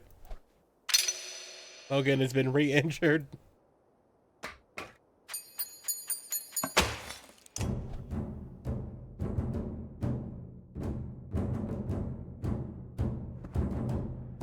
What in the depths are you doing? Letting ourselves in. I see. I'm very impressed. But all those people you let in here, dead. All those women and children with you, dead. Thanks for killing the only ones holding up this place together, Skull. What are you talking about? The man orders his guards to get the doors closed again before more refugees notice. I knew there were fighters and a Varl outside. I would have let you in. I'm Ekil. I'm in charge here. Heard about the chieftain? Heard he's hiding out in the Great Hall.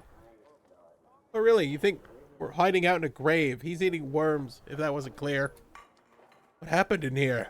As soon as they heard Dredge coming, anyone who didn't swing an axe got one to the head. That's the short story, anyway. At least 3 clans in here warring over turf and food, and the worst are the godforsaken Varl. So fat. He eyes Ivar and shrugs with exaggeration, as if simply stating the obvious. And we're in more danger here than out there. Look, I was in charge here before things went to crap. Got some people who can fight. You've got a Varl who apparently has the strength of a god. I can keep your flock safe in the Great Hall. You fight for me and to take back Frostveller. I don't take sides. Too hard to tell when the good guys have become the bad. Fine. Cut these sheep loose and watch your own asses. What do I care? All I want to do right now is get out of the damn streets. Think carefully about what you want. Ah, shit. Okay.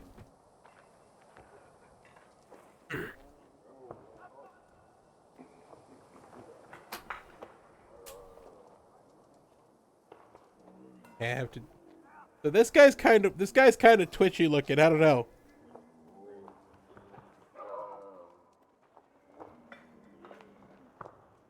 Maybe we can like flush out the fucking. Like, who are we fighting? I don't know.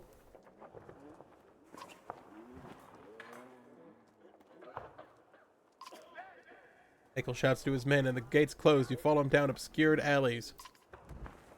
Hope you know what we're doing. Making it up as we go, I've heard.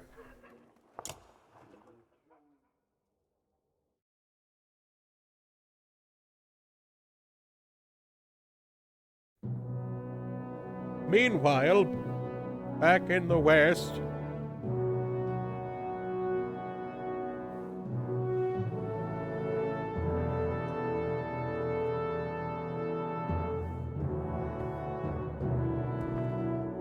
Hakon, we're back. I was able to get as many warriors from Strand as you wanted, and more weapons, extra supplies too. You perk up, realizing that Moger has been talking to you since Wagner died, and everyone has been looking to make the decisions. It's exhausting. Hakon?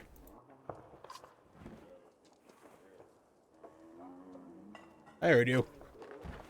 I was saying the Varl went to Strand and returned. The governor gave us most of what we wanted. Good enough. Much resistance from the governor. Some. I don't think he was happy about us buying his fighters using his own money. He also insisted we take on a lackey of his to watch over his property, a man named Eric. Eric, I've met him. He seemed competent enough. Regardless, the governor will have to get over it unless he wants the dredge calling through his streets. Put down every slag that has wandered through here while you were gone. And now flapping of the mouse, then. Sure that wound is healed, Ludin? I agree. Enough has already gone wrong. If something happens to the prince on a mission of peace, the alliance would rot. Or worse. Ludin makes his own decisions. Only be made to do this again later, and will not suffer it all a second time. Either take us through the wandering road or do your job and slaughter some dredge. Ludin turns abruptly with a scowl. He stamps back to his ring of tents and followers. Wandering road's not an option with this many. Crush that boy's skull with one hand. Ludin won't be deterred. You'll have to deal with it. Don't let Ludin get to you. Let's go. I'm sick of looking at this dump. What I tell the warriors, Hakon.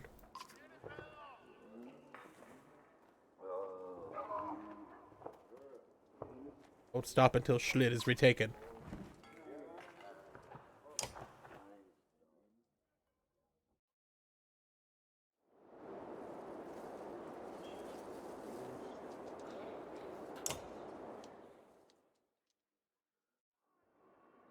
See how you're dealing with Wagnir's death, but I already know the answer.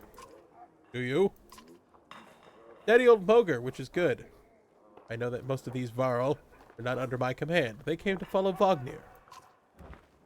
Tell you the truth, I wouldn't want to be in your position either.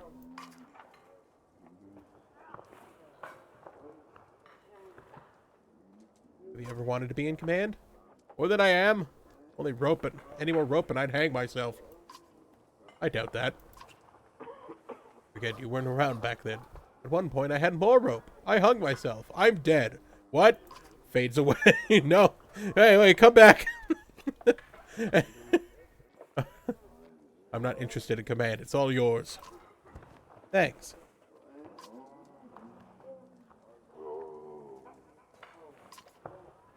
Put together this many Varl and half of them want to hit each other and the rest want to be left alone. Anyone I should keep an eye on? A couple of clan leaders trying to show up for each other. Not a big deal. I've got it under control.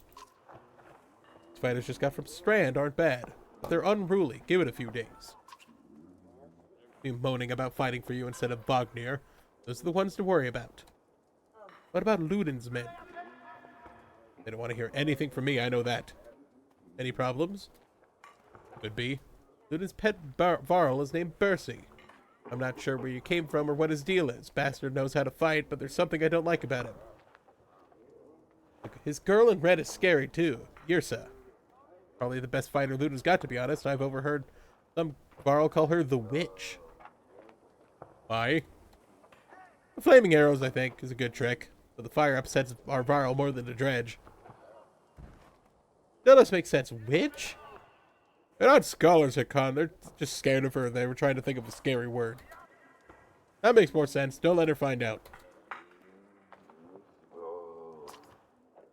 But if Varl know, we should be alright. Things could get rough, though. I don't like being asked to send Varl to their deaths. I like worrying about myself, and that's the extent of it. Who would have expected Wagner to drop like that to a couple of slag? I'm wondering what happened. He had hundreds of dead slag to his name. I don't get it. This happens sometimes. No big moment. It surprised him even more than us. Although I wonder... never mind. Anyway, I'll worry about the rest of the warriors. You worry about not doing something stupid. That's asking a lot. I'm pretty stupid.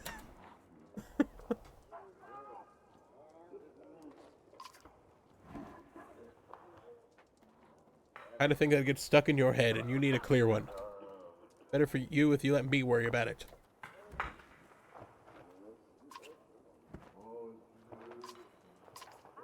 Let's go!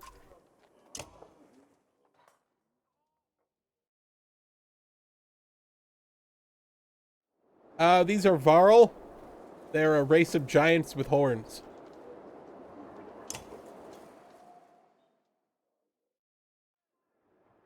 You knew him well, didn't you? Wagner? No, I don't know. I remember him. Always rushing around some important business that but I never much knew him. Never got a chance to talk much. Longer than I did, in any case. I suppose so. When he spoke, Varl listened. I knew that. Could use help here. Scrivener leans back, considering his sentiment. I've seen worse. They respect you for your ability to swing an axe, but they need to respect you for your actions. You're not talking to the right Varl. Moger's got some skill there. Most I can do is hold a quill. Like this. See? Look, I'm holding one.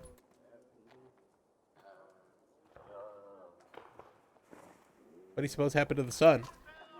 Gods, how should I know? I've never seen something like this before. Are you worried? Some of the Varl, the caravan thinks the world's coming to an end. Other thinks it's the best thing that could happen. No more black months. I'll take it. If it's the end, I'm ready. What about the rest of us? To the dagger, hell with you. Ah!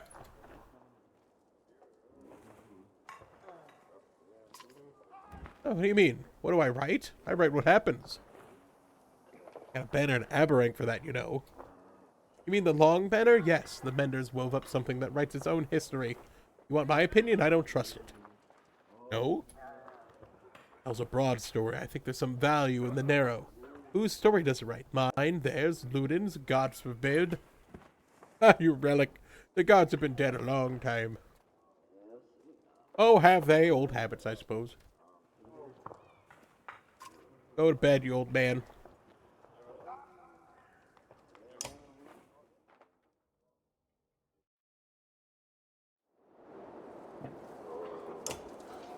One of my guys leveled up back when I was doing that. Eric's back.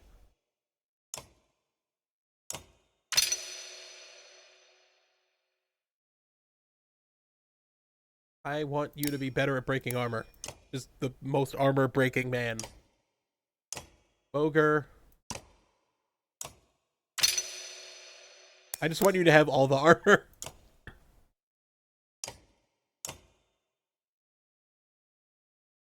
Horny men. The horny. We march out tonight.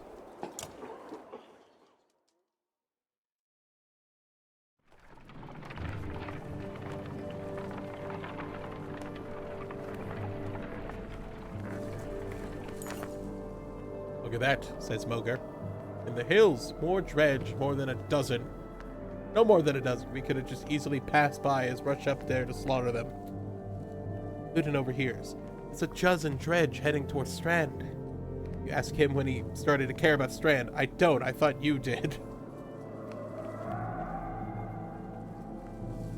It'd be a waste of time. Strand can handle that. We go chasing down every pack of dredge on the horizon. We'll be out here for a year.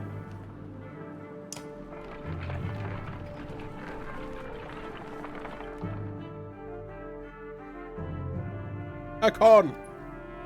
Your Ludin's hard-booted trot as you set up camp for the first day and brace yourself. And we speak as equals. We can try. It seems clear to me you plan to kill a lot of dredge along the way, am I right? You're not wrong. Then listen carefully. Don't assume that only the Varl can fight. Do you understand me? That's why my banner we fly to Grofheim, the banner of Aberrang. I insist on joining the battle. Almost gutted in your first encounter and you're ready for more? Whatever you like, Prince. Expected more resistance. From Wagner, maybe. They tell me you were his kinder. Why, you're in charge now. Some sort of next-to-kin Varl thing. Would you take on his responsibilities? My own way. Stop acting like I'm a thorn in your side. For nearly 200 years, it's hard to make a 20-year-old man. Is that right? Seriously? Gotta start. We're both kings someday. Thing I want to think about right now. Then looks at you as you punch yourself in the face. He heads back to the tent before saying whatever was on his mind.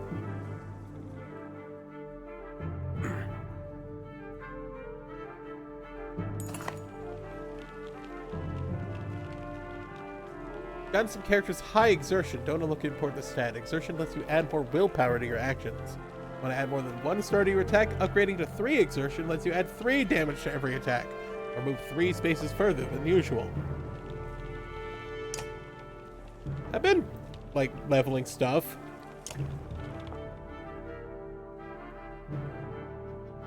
Yrsa, right? Watch you as you approach with her head tilted back and points a thumb towards Ludin's tent. Not here for you. Oh? Can we talk? Yrsa shakes her head no. A smile on her lips, eyelids low. Why not? I don't. You don't talk? No. You do, though. I don't. Smiles warmly, clearly enjoying her game. She watches you expectantly. You're Ludin's bodyguard? No, he's mine. We have the chance to be confused. She cackles, abrupt and loud, and then looks slightly embarrassed. You're his personal guard, though. Her expression changes to, of course. How did you end up with someone like Ludin? Luck. About the flaming arrows. Varl and fire don't get along. Begin as a shrug. You're gonna use them. Pulls an arrow. There's a flick of the wrist you don't quite catch.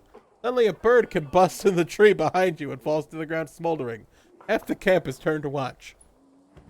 Don't tell me not to. Oh, this has been fun. That was weird. Till next time, Yrsa. Akon. Stop and look over your shoulder. I am a witch, so be careful. Puts her forefinger to her lips and goes, shh, you depart. Not sure what to make of that. She's real weird.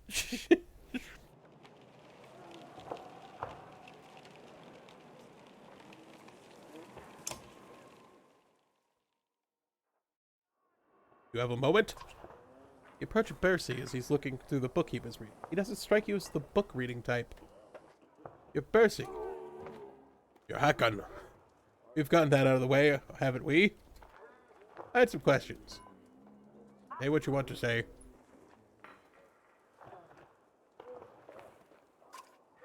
It's a Varl working for another Varl. What difference does it make? Looks like you're in charge right now, so do me a favor and don't get Ludin killed. He's important to you? No, but that's one way to put it. Ah, fuck it, I don't... You can join us. I'm where I want to be. Don't forget what I said about keeping Ludin alive. Got it? That way you can't help to wonder whether there's a bit of a threat behind that gravelly request.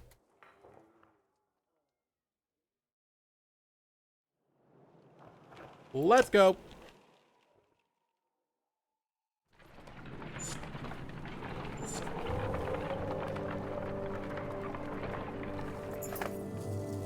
We hear a conversation while marching alongside the warriors. I'm happy to stomp some slags as much as the next Varl, but I didn't join up to take orders from Hakon, says one. Apparently, he doesn't realize you're within earshot, not willing to die for him either.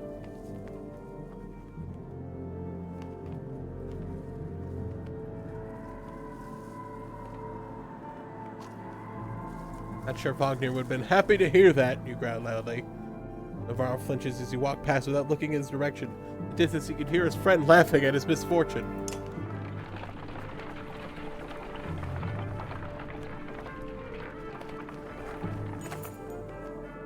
A small gathering of tents come into view. A group of merchants from the look of it. Guess what they're doing here. We were camped out in the Godstone ahead, leaving an offering to Dengir, as one does. His expression turns, dread start appearing out of nowhere. Some of us stayed. I thought the Godstone would be safe, but damned if I knew why. We've been dodging them since we left. I'm gonna see if they have anything to trade. Not much. Anything of value left in the Godstone. I've never seen this many Varl in one place before. You're off to deal with some dredge? You do not. You can part with some supplies if you need them. We'll take them. How much? I'll give them freely. Clearing the road is more what we could ask. I have one request, though. My wife's brother stayed at the Godstone. You'll know by a necklace with many gold rings. You see him, we are safely in Strand. You agree. And the merchants continue on. Food! The thing my other party doesn't have. Morale's kinda okay at the moment.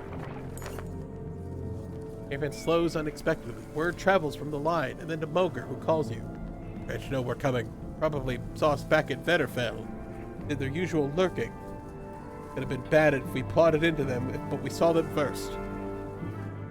Dredge watch you, waiting to see what you do. When's the last time you commanded a few hundred Hakon? Asked Moger. Don't overthink it. The warriors can take care of themselves. War. When you come across more enemies than your party can handle, you'll be engaged in war. Give your army orders to fit the situation, but be prepared to get your own hands dirty too. Making your battle easier for yourself, you end up with higher casualties. Or you can take the burden on yourself with a harder battle, but save more lives. If you're ever desperately outnumbered, it'd be maybe best to run.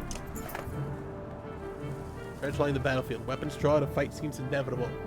You take a quick head count. There must be 505 of them.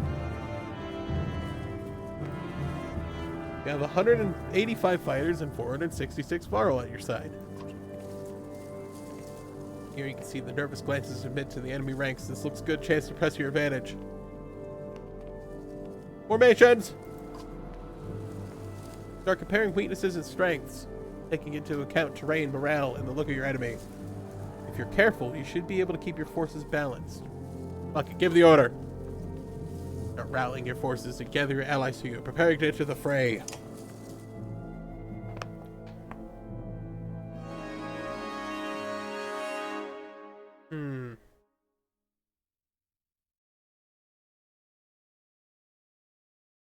I guess we'll go with this. These two dwarves are interchangeable. Or not, these two Varls are interchangeable. They're too big to be dwarves.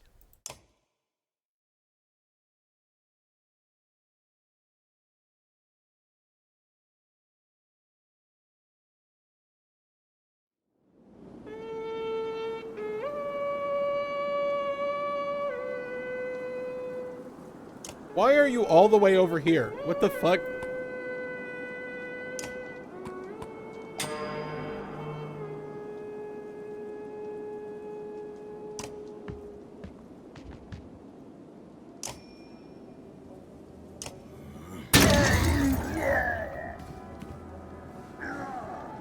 Oh my god, he fucking one-shotted her. What the fuck?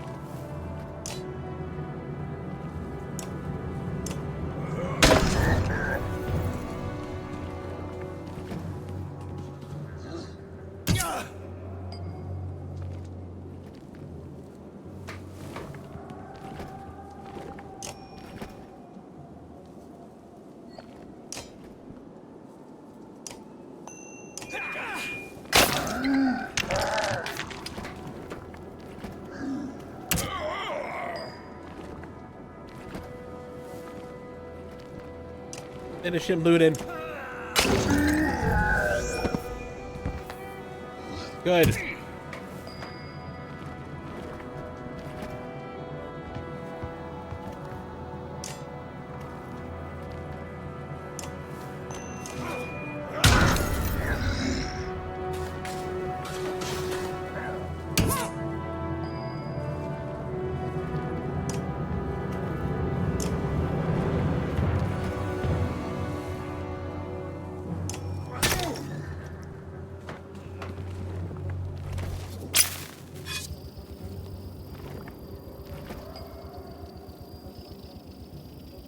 I don't remember what that means.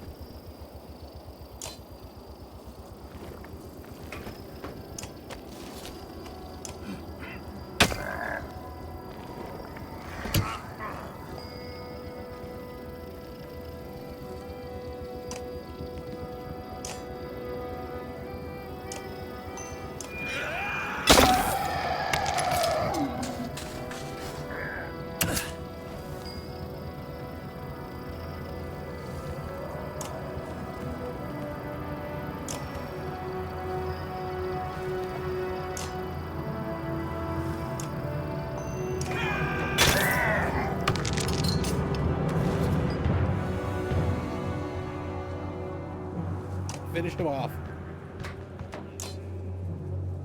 A con chop!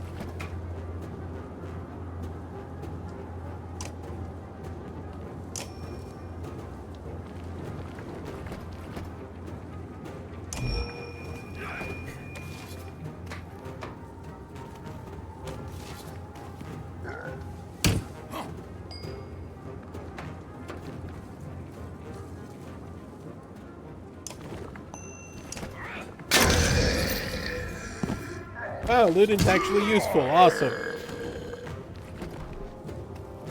No, Gunolf.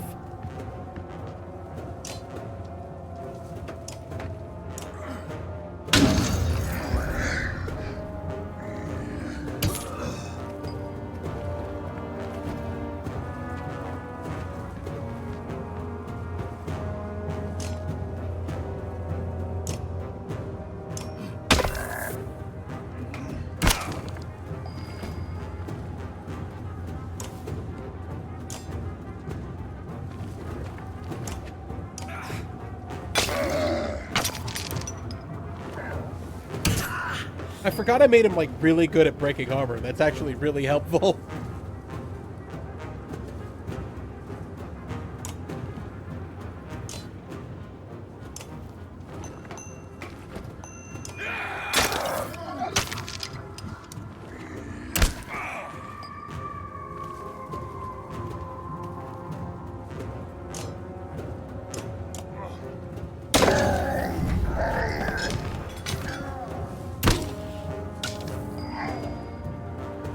Fuck you. Take a moment to survey the battlefield. The enemy's being pushed back all the way down the line. You take this opportunity to pull back and leave combat immediately. On the other hand, chasing down more dredge will rally your fighters and save a few lives. You don't have time to change your rest or change your party, but a chance to loot your enemies might reveal items that they took from previous victims.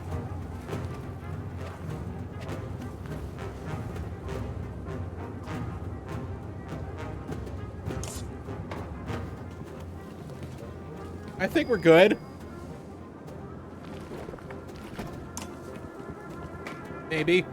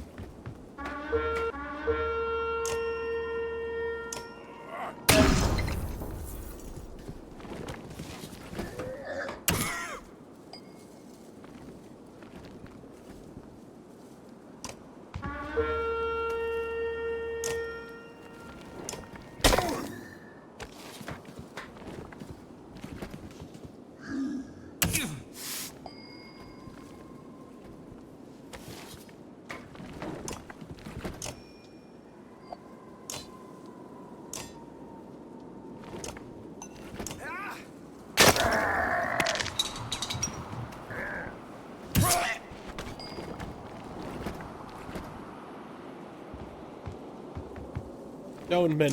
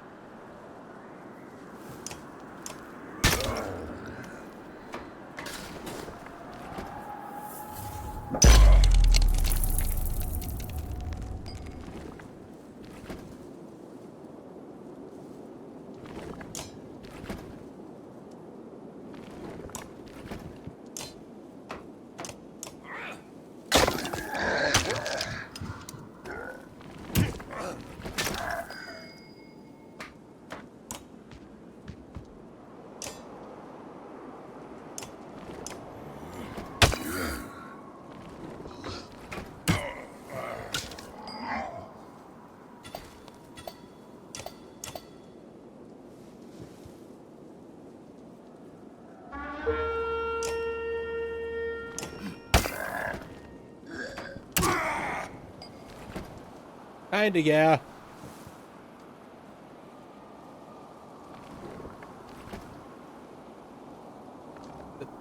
The game has a plot, yes.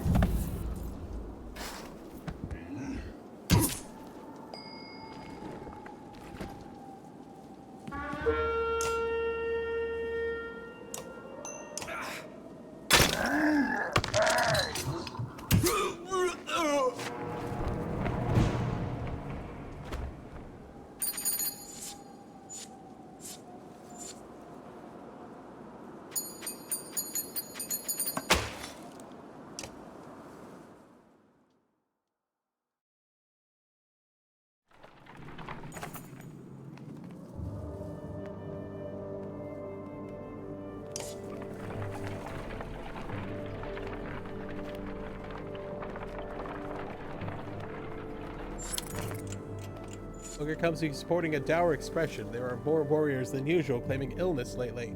I don't think they're faking it. I've seen them vomiting and stumbling around. Humans seem to be suffering from something too.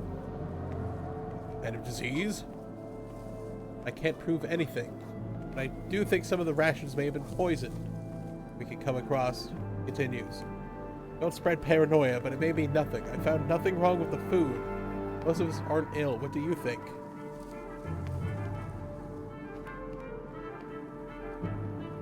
It might not be the food. Maybe there's another connection. A couple hours later, Mogr comes to you again. I don't see any pattern to it. Some of the sick have faced dredge, while others haven't. Some admit to being tired. Some are well rested. Aside from the pains, I don't know. Okay, just keep your eye out for anything unusual, I guess. Give it up for day 19. Day 19. No. It has been sending more scouts ahead. Quicker and more nimble than your Varl. One rushes back. You cross the hilltop, out of breath. Fetch that direction. You overhear him tell Ludin. About a day away, they found a village. You ask what they're doing. Tearing the place apart, he says. 1,000 of them or more, looking for gods know what. Be a bigger fight than usual. Ludin's uncharacteristically silent, waiting for you what to say.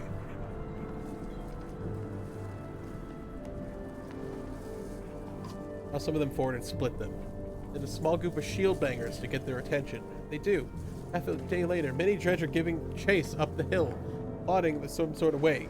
You get ready to lay waste. We're back to war.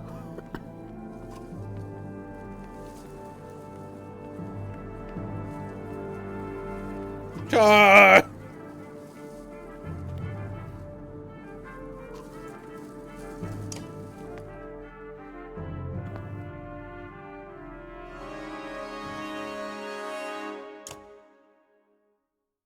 We're all hurt, but I don't care.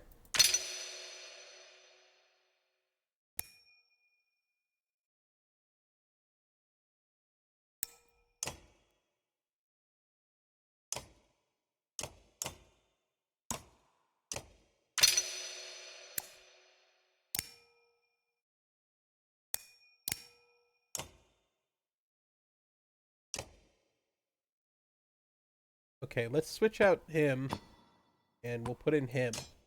That way we have slightly less injured people. We can level up Luden.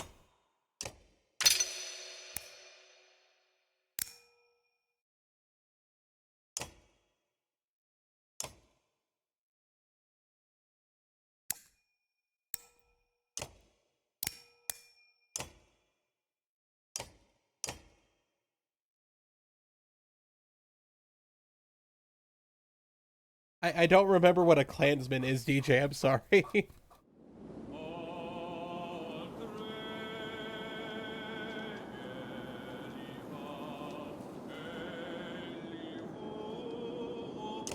Stop being near where all the enemies are. God damn it.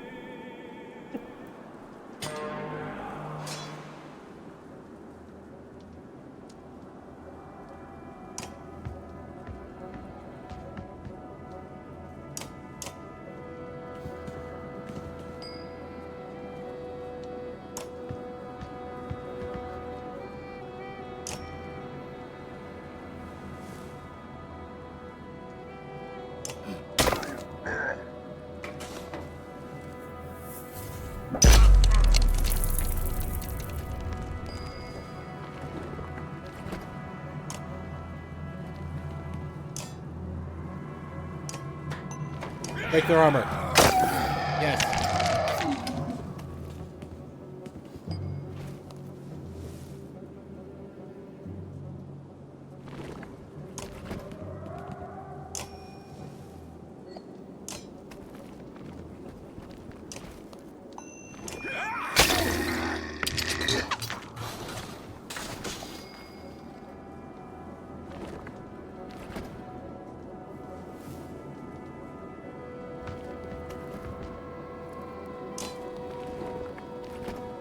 Those are effort points. Everyone has a certain amount of willpower points. And once you use them, you can't get them back unless you use the big horn up here to rally the troops.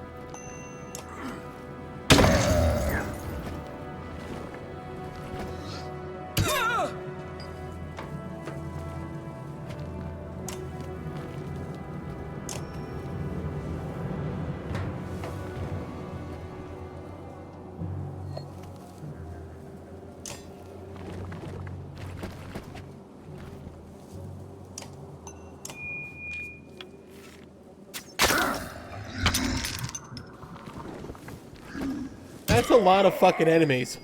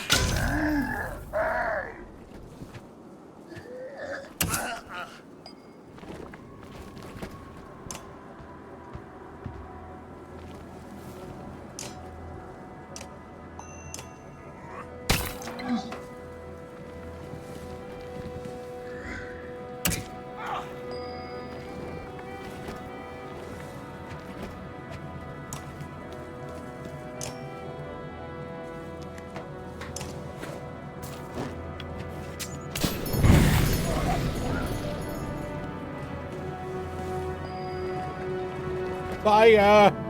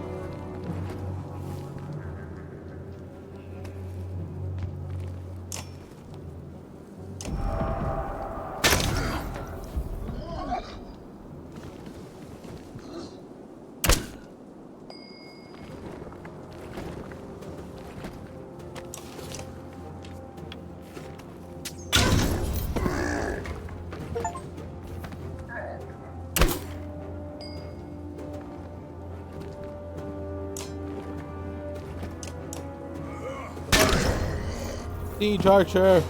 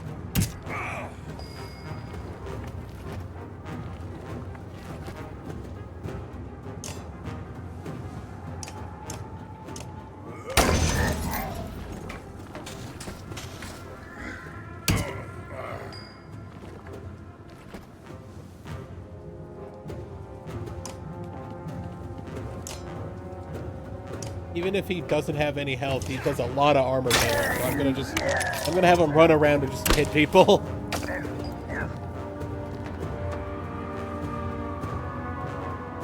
Finish him, Luden.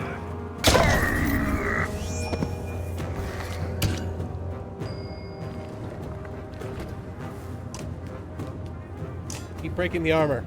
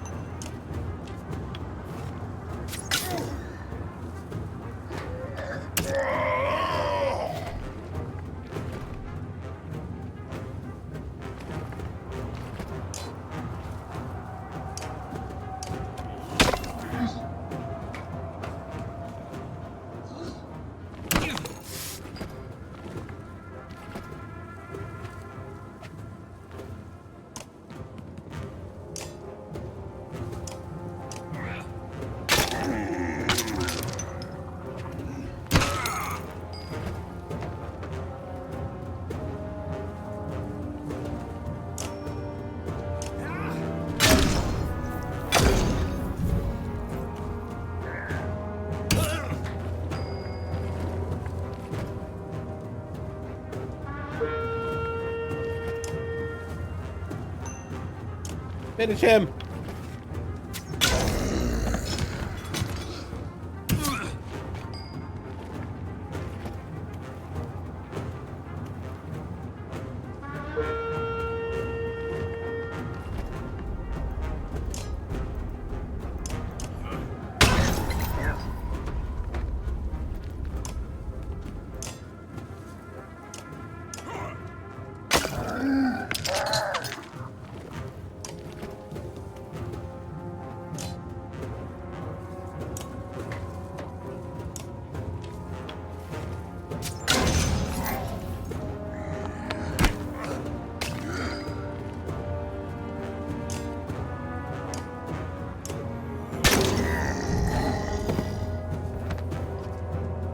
Pull back before they regroup.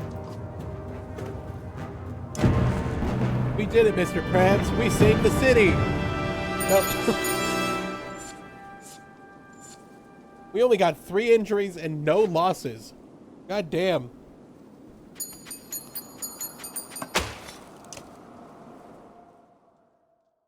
That was rough. I managed, I guess. Probably best if we set camp. To let all the people who are horribly injured maybe heal a little bit.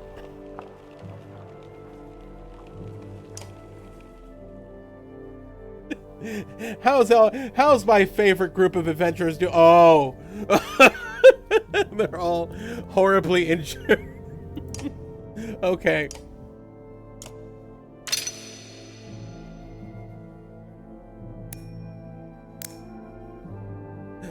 My body hurts. My soul hurts.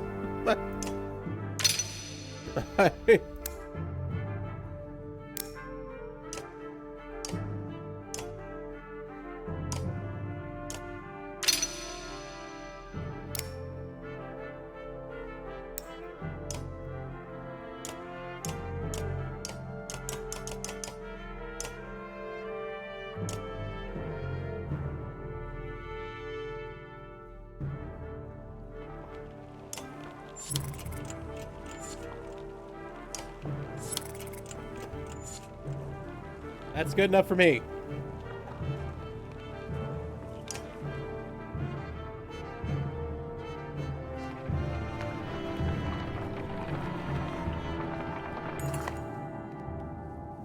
The village is still a day away. You're eating on the march. Varl approaches. We've had words earlier, says Gris. Recall him claiming that he didn't care for your command. You're right in what you did. Let me join your guard and fight at your side. Pride hangs on his posture and sincerity in his eyes. You ever had only one shot? I don't sit in the back lines. Make a mistake and you'll get your head caved in. Nobody lose sleep over it. One opportunity to be with a bunch of Vikings.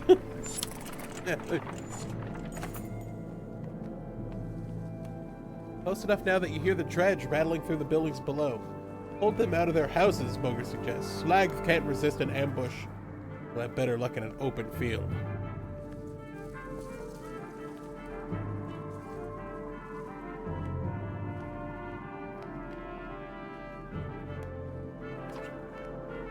You heard him, Boger says to the rest of the caravan. We're going around.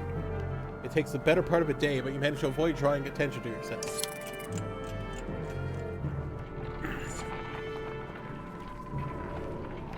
Give it up for day 23. You're an echo on the wind. A nearby Varl greeting. Caravan of Varl are heading your direction. Probably a few hundred in total. You'll meet them halfway. So the Varl are going to the Varl capital. Hold on, you must be with Vognir. Vognir didn't make it. You serious? It's getting grim out here, but didn't expect that. You're flying the Schlid banner. What's happening? Isn't Ulfar in charge here? No, you're playing as two different parties. The Varl are trying to get the prince back to the capital of the Varl capital because there's a peace negotiation going on. And Rook and his daughter are escaping from the giant evil stone people that have come back to life right when the sun stopped moving in the sky. And you kind of going back and forth between both parties. Well, you're also taking tax money to the Varl capital, but you're also taking the prince. Basalt. Ulfar is still in Schlid, in case he needs to be. He sent me here to meet Vagnar. Well, you. See nothing here even happening in Schlid, yes. What do you mean? No dredge. They never came through Schlid. They're all pouring out of Ridgehorn. We only just found out about it. One group went that way. We came here. Ridgehorn on the fort of the bay has been abandoned for hundreds of years. Yeah, maybe that's why they're here. By all accounts, it looks like another damned invasion. Ludin forces his way into the conversation. Hi! Wait a godless minute. What did you do? Careful now. You be careful. What did you start? You think men don't remember history? The long banner hangs in Aberrang. Like a great war nearly screwed us all. What did you do this time? Who the Fane is this? Take him to go to Grofheim. We'll meet you later. You insane? You just had an army of treasure pouring out of that fort. On to Grofheim then, Prince. Having your blood on my hands would be worse than doing nothing. This shuts Ludin up for a moment. You can see the battle raging on in his head. He looks desperate for safety. And he didn't expect to flee like a coward. He expected you to come along. He glances at his men. We're already this far. If this is the Varl's doing, then I'll know of it. So will my father. Besides, you need my help and my fighters. If I go, so does Irsa and Bersi. This unexpected flip-flop catches you like a swift kick to the shins. Ogre can't contain a chuckle. The prince has courage. Whatever you like, Lewin.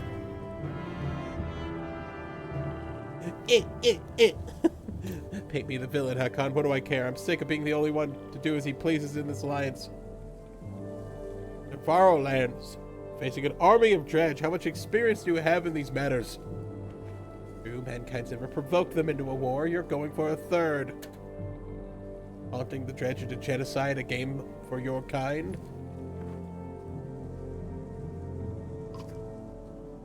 Carson threatened pandemonium. Prince has chosen to be no responsibility of yours. Loon stays, so do Fostelt's warriors. They join the caravan.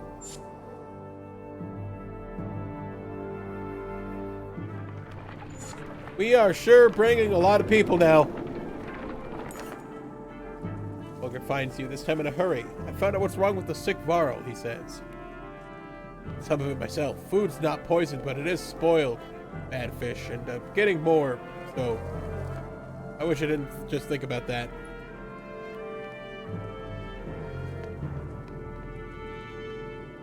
Must be... I've got it from the merchants back near Vetterfell.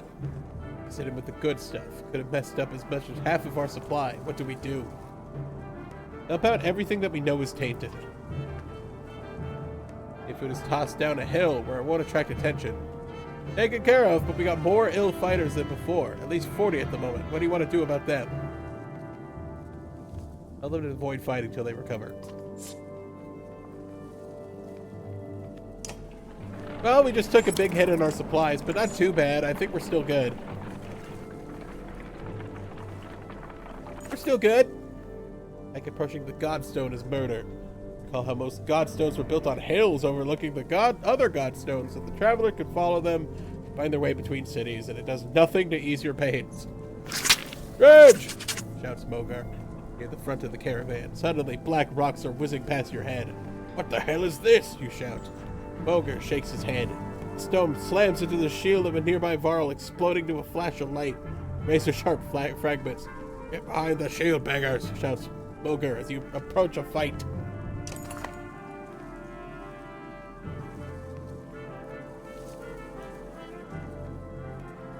$796 of them and 176 fighters. 772 Varl at your side. Hold them off. Consider making walls skirting the battlefield, buying enough time to help you, for you to help the weak and the wounded make their escape. It's a risk. Your warriors will take the brunt of the attack, but it may save more lives in the long run.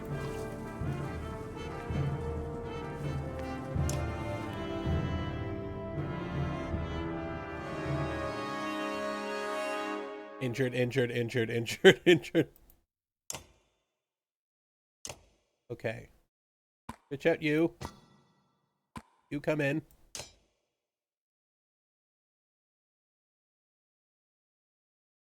Well, they're still hurt, so I want them to fully recover, so I gotta switch some of these guys out.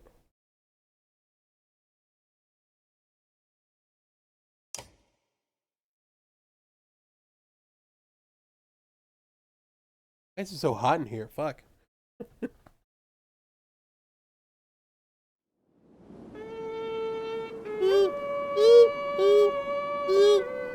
Okay.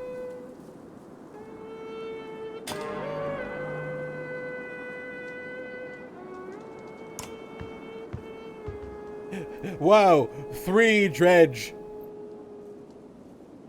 Yeah, 3. Oh, fuck, he's got a fucking spinny thing. God damn.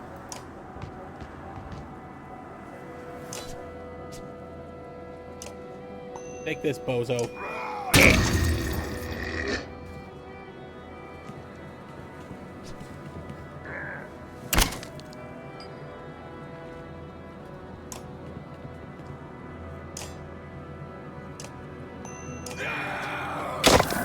Man, fuck it, he hits like a truck. Mainly when he's hitting armor.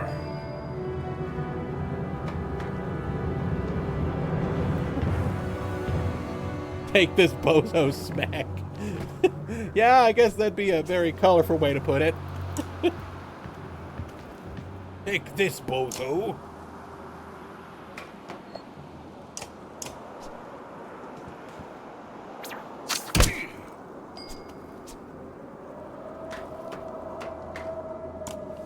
Here I come with my little spear. I'm gonna poke you. Here I come. I'm gonna poke you real good.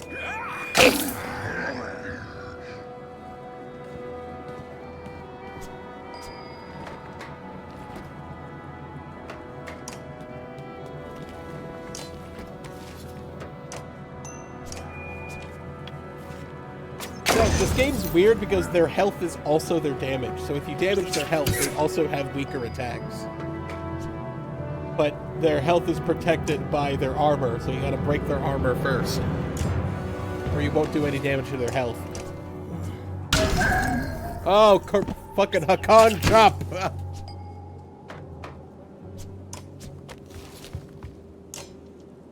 Which one of you gets to die? Hiya!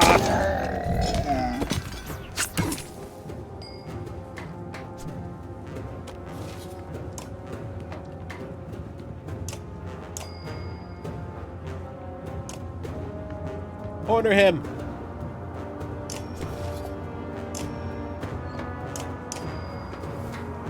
Poke him with your stick. Poke. Oh, you were just nowhere near anybody.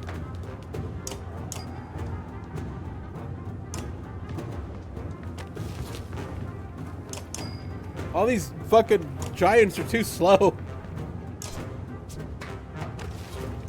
Hakan chop! Wait, that's not Hakan. Shit.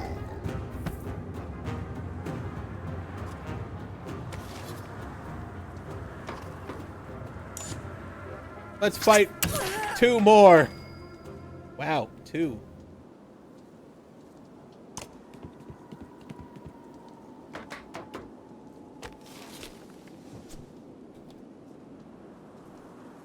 Hold on, I gotta find something.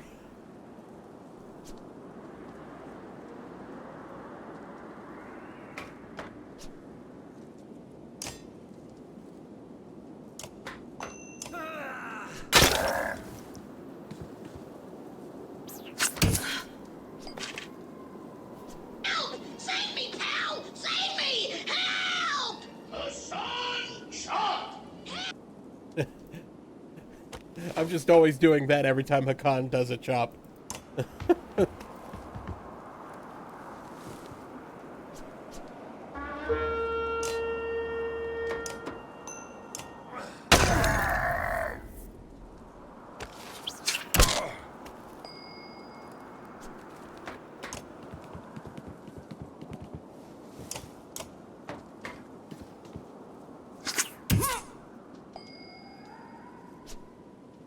Come on, get your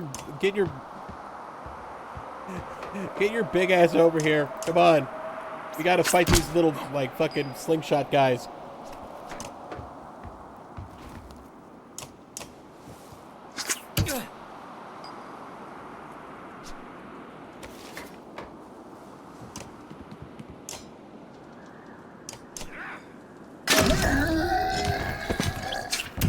Man, fucking Eric's a madman out there. He is just killing everyone.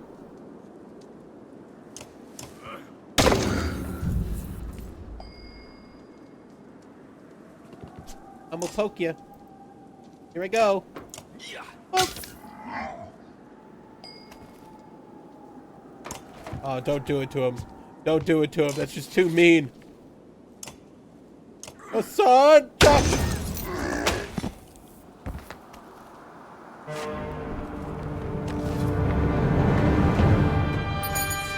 Holy shit, we lost a lot of Varro. What the fuck? And one guy got injured.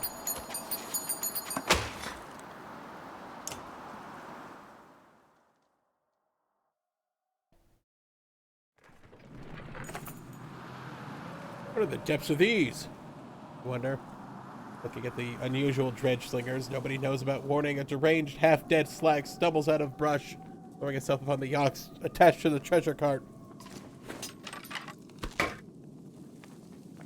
Salvara pull weapons. Not before the whole cart slides off slick rock and sheer drop, stopped suddenly by a low growl. Well, we don't have any money! The enormous metal wagon dangles precariously off a cliff. The end swings a confused yak still tied to its reins on top. Scratch hangs on tight, keeping the whole thing from plummeting over the side. His gun off, one hand white-knuckling the cart, the other hand wrapped around a tree trunk.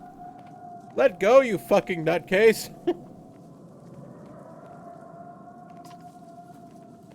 My duty, he grunts. He doesn't budge. No matter how much his responsibility defines his reason for living. The judge found some footing. Is trying to clamber up the cart. The tree creaks over the weight.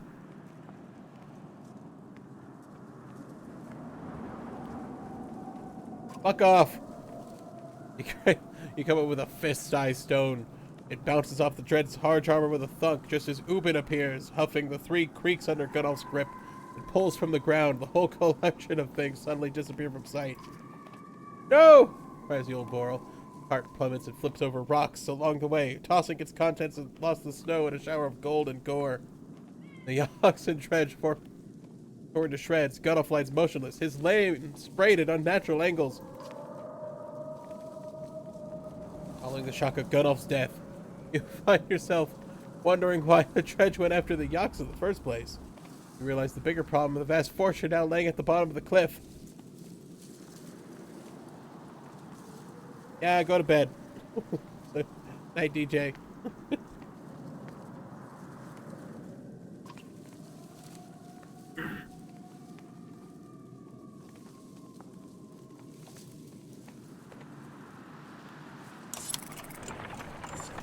I love you too.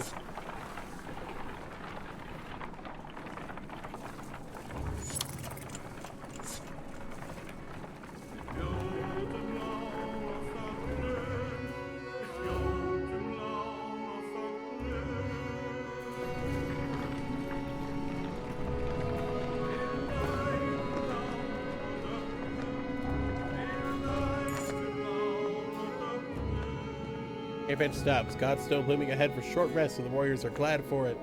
Stone gives you an ancient sense of being watched over in a comforting way. And help the bodies underneath it. No. Earth at the base of the Godstone is scarred like a struggle occurred. Merchants, snow, dredge, circling dangler, and a variety of goods. A barrel of mead, who knows how old, loose silver, a statue made of soapstone, offerings to a dead god. Need the offerings, but check for the merchants, brother. In the midst of the pile of bodies, glitter catches your eye. You fish a gold necklace out of a jerkin. A 5-guide golden ring struck on it. The merchant's brother. Guess he didn't make it, you mutter.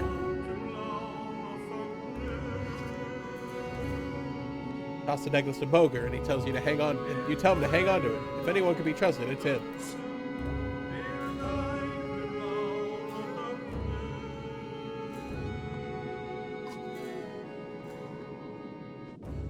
God of good fortune. He believed he thought luck, wealth, and whatever else you wish you had, but couldn't get on your own. Where fortune had a lot of meanings. Eventually, you move on.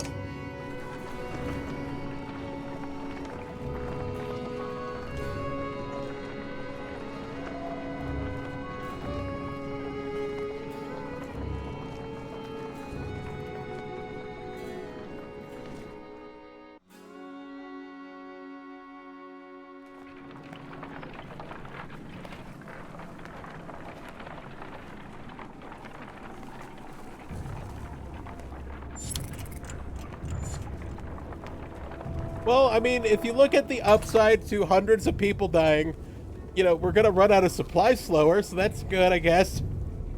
Since you see smoke rising from the trees. Dredge are known for setting fires, says Moger. But it does get their attention. Use fires like that to lead them along in great wars. Yeah, but they wised up after that, after a while. Rejects the other warrior. Be someone trying to get to our attention, claims Fasolt. The group from Schlid were sent this way. No other how you look at it. Investigating will cost time. Let's check it out.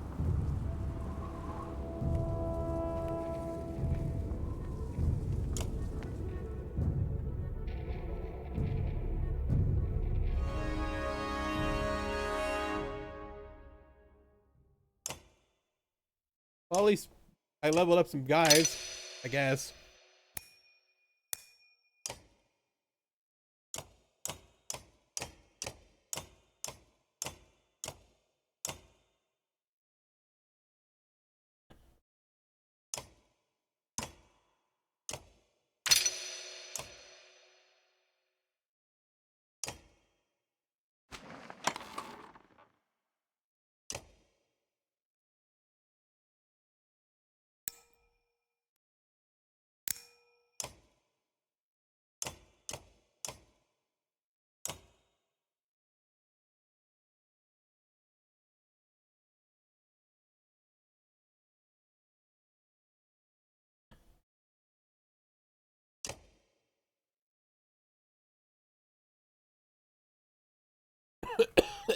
uh,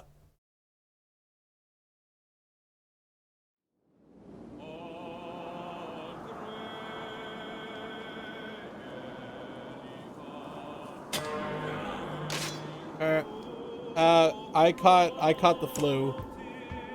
I've been trying to get better before my next work day, but it's just been really hard on me.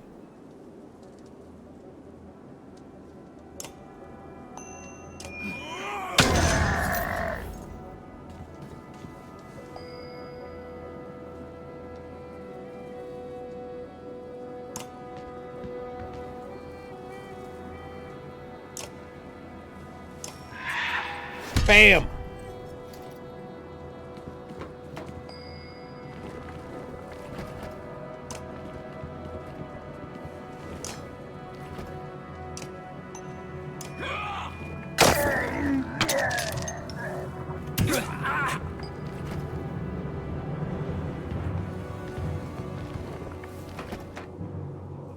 Yeah, the main thing is the fact that, like, well, me and DJ were supposed to stream yesterday, but his voice wasn't great either. I was willing to just go ahead with it, but you know, I didn't want to like make him hurt his voice more if he didn't want to.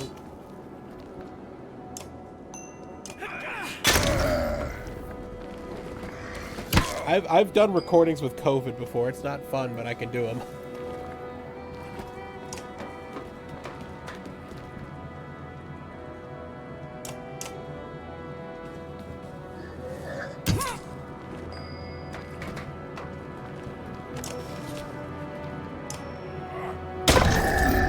God damn.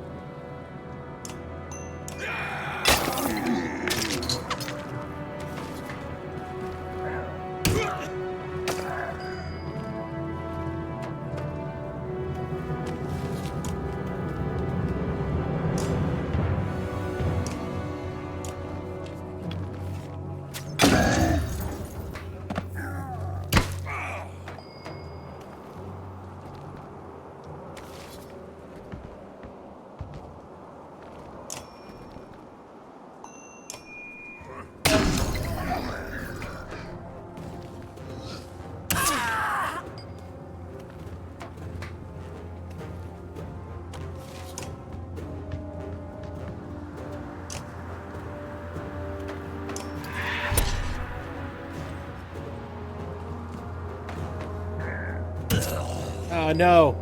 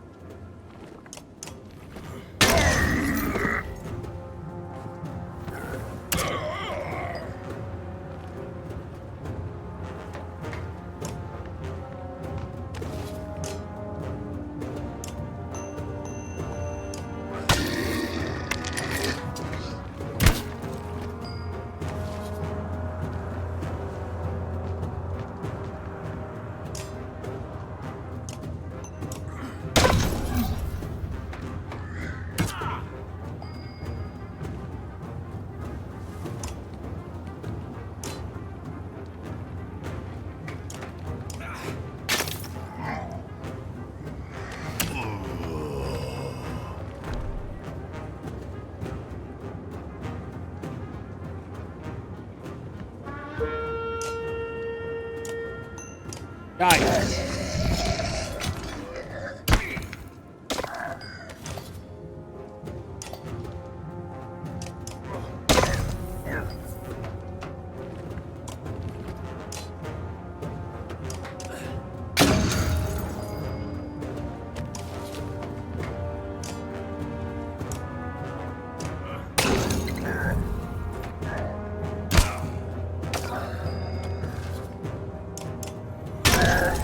Provoker!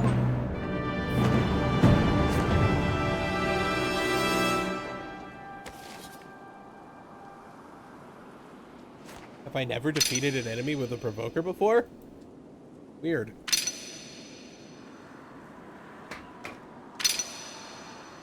Everyone's injured, yay!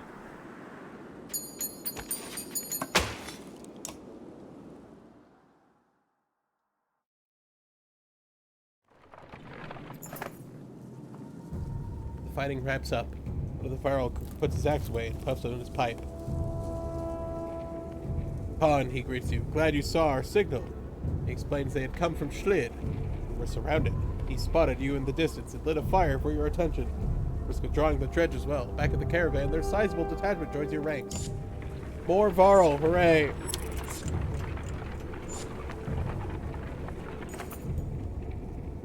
Booker comes to you privately. I've seen some of the warriors disappearing, he said. At first I thought it was my imagination. Now I'm certain several have just gone missing. Mostly men, but some Varl too. Can't quite figure it. If it's an abandonment, you can't let it stand.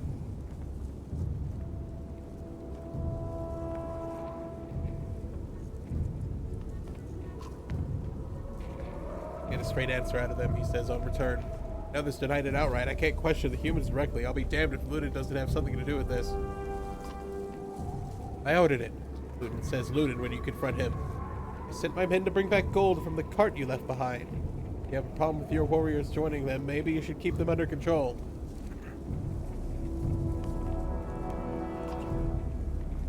Left a pile of gold at the bottom of the hill, says Ludin. What are the chances now it'd still be there months from now? The only reason we aren't carrying a share is because you don't trust us.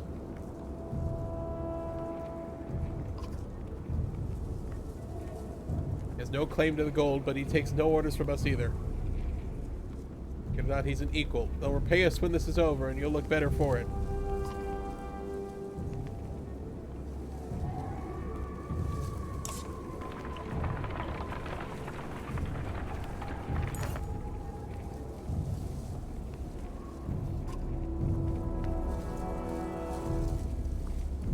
Getting colder, he says, staring into the distance. You see a ridgehorn just starting to peek around the mountains. A flock of ravens float across the clear sky toward the fort. Follow those birds.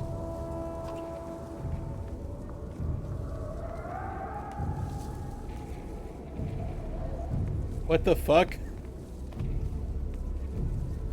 So he jumps off a cliff and then lights on fire. Alright, awesome.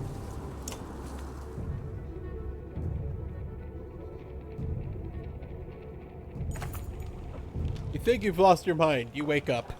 You don't remember anything setting up camp or falling asleep in front of crackling logs. What is going on, you mutter? Ogre approaches you at the campfire. Hakan, did you see?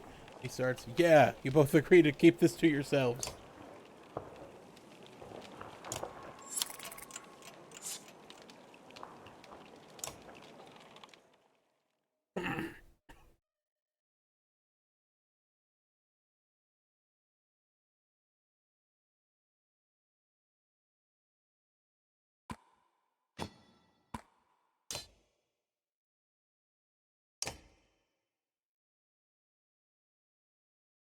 I wanted to get to the end of this chapter, but it feels weirdly long.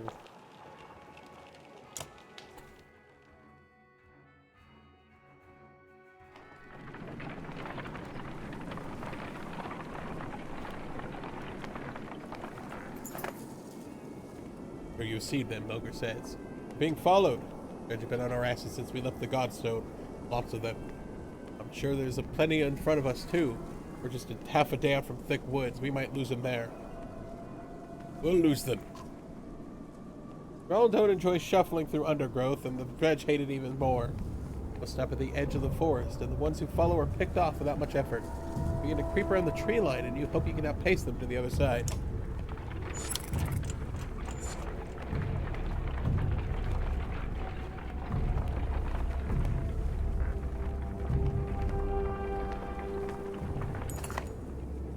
Inside the woods, you get the distinct sense that the dredge have more or less surrounded you. Great numbers. Dark shapes create unsettling patterns as they slide between trees in every direction. They call Moger around. Any ideas, Moger? Yeah, pray to whatever god you like. There's more of them waiting on the other side of the woods we've seen so far. We may be seriously outnumbered, especially if we wait. Yrsa appears unexpectedly. What if, she says, patting her arrows knowingly, set part of the woods on fire to draw their attention while you escape, or try to draw them into a trap? Was this your idea, you ask? He shrugs innocently.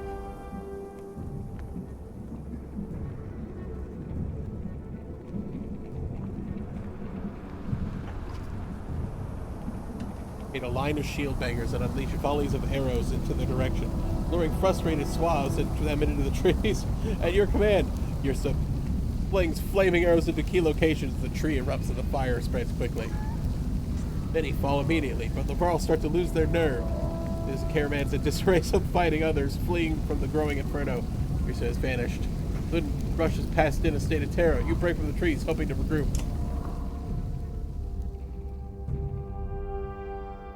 Where is Yrsa? Find you, Varl, are following your lead. Not many as you hoped. The dredge, distracted by the fire, thankfully have not noticed your escape. Isn't she with you? Don't you make her... Did you make her do it? Where is she? I didn't make her do anything. It was her idea.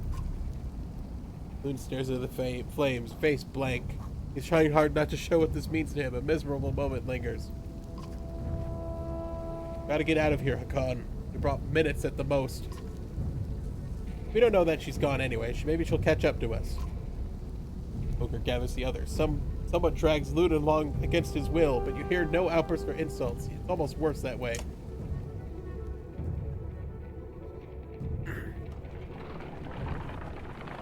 It's just a little bit of fire. No big deal.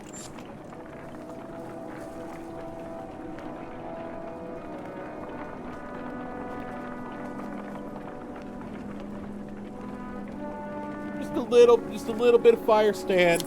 Just a little.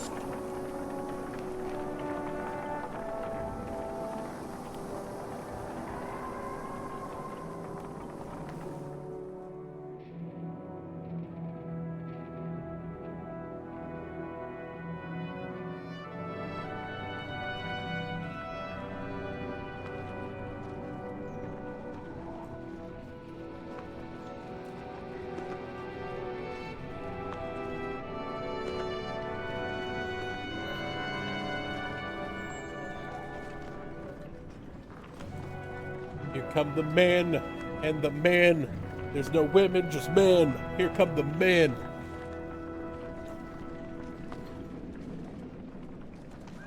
The boys are back in town to kill you.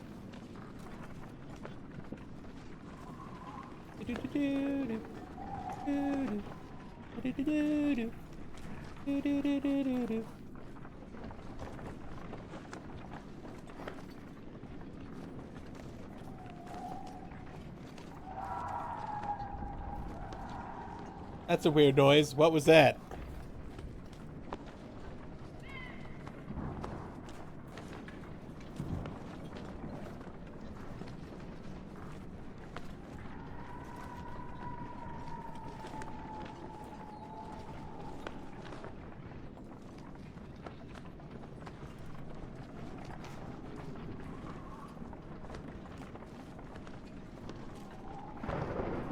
And we're walking.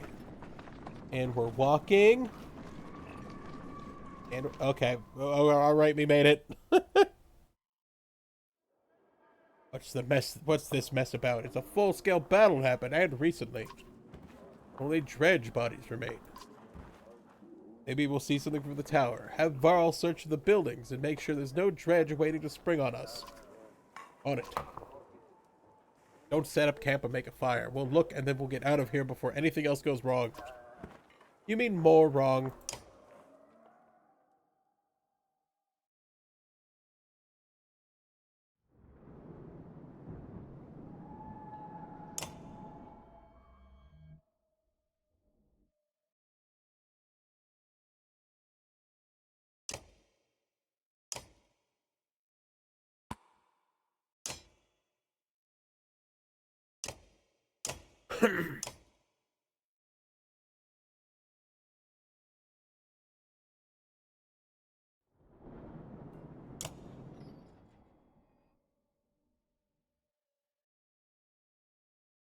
Oh, looks like it's another fight. Okay.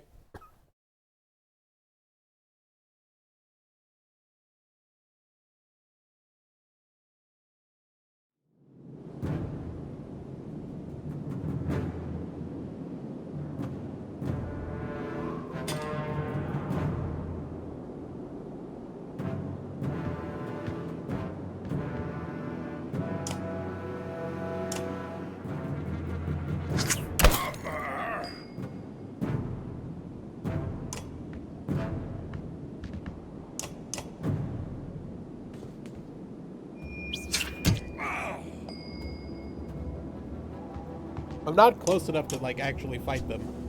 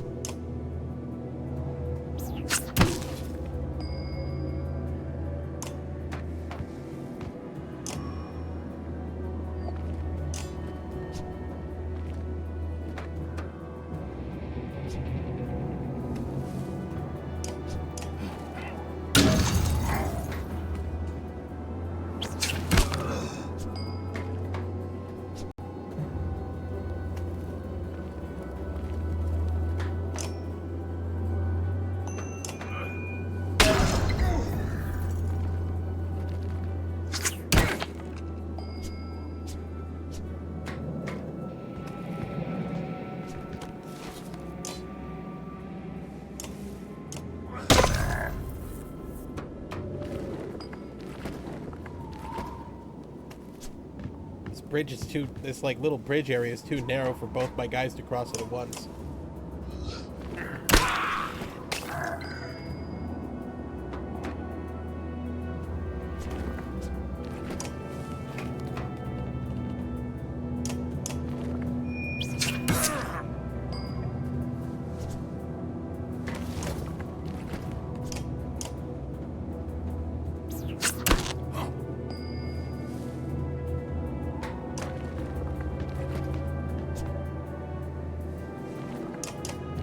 I didn't mean to do that. Fuck.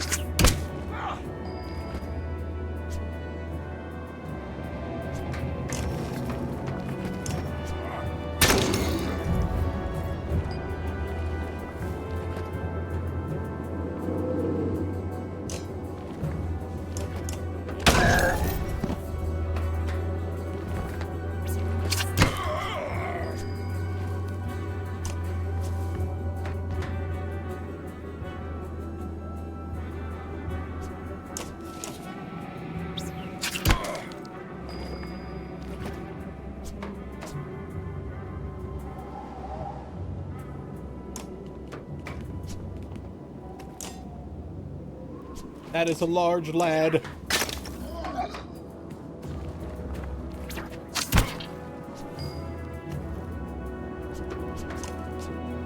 Right, start breaking armor.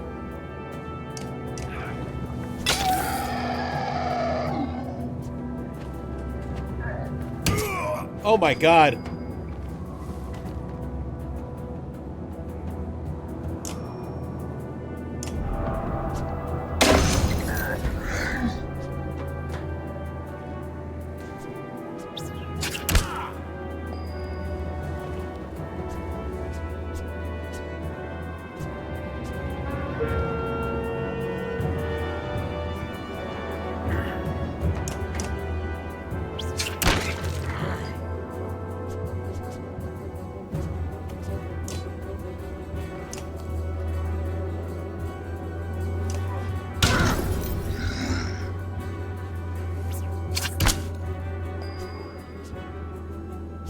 Can't get close enough. Fuck.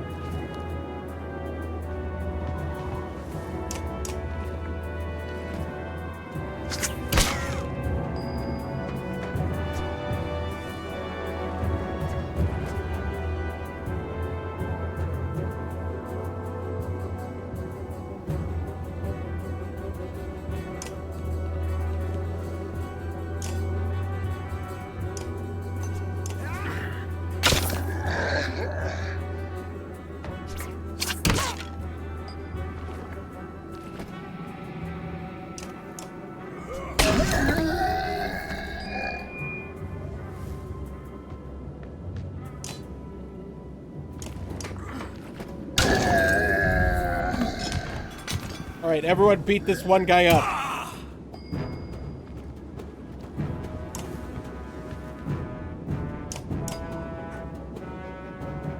If I can get there, goddamn.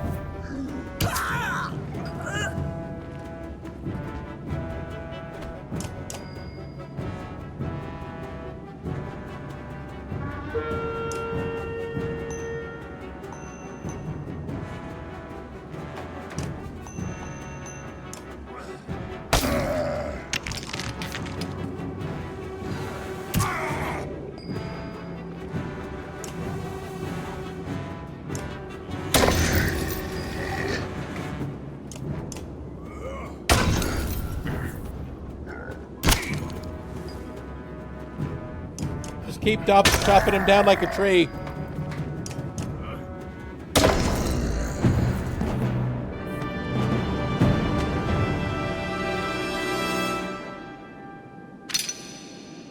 Yay. Yay.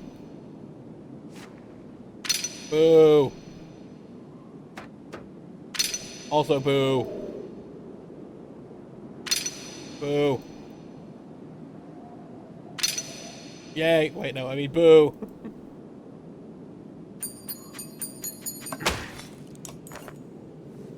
Lean on a crumpled wall, searching endless waves of dredge marching below. Satisfied, Hakan? Ogre asks. The vast number of dredge remind you of the great wars. I've seen enough, you reply. Let's get out of here. Ogre stands on top of the bodies of the man and woman. Think the slag came up here for those two? Asks Mogre, waving his bloodied weapon in their direction.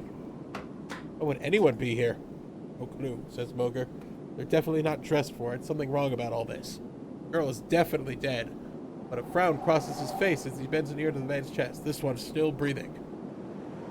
Like a metal reaches you from the courtyard below, muffled by the thick snow. You curse. Quick, back down. Bring the live one. Gib stares as you descend, shouting orders to the burrow below. Oh my god, there's another fight. Fuck.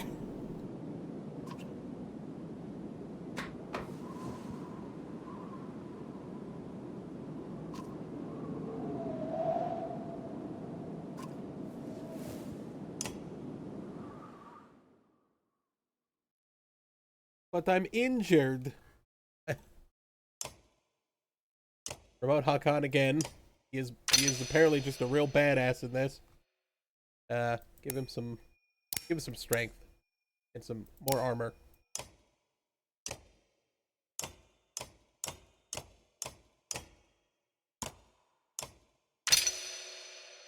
To get some armor. You just get armor, actually.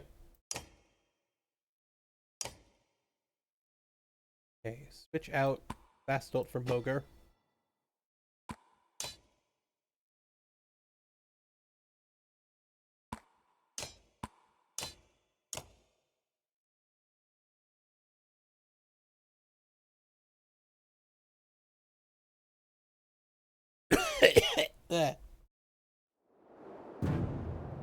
I didn't think we'd have another fight. I'm gonna see if I could take out this big one early.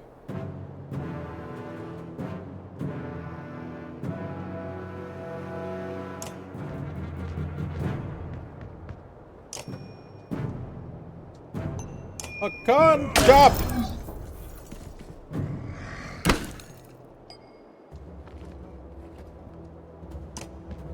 Oh, why are these guys so slow?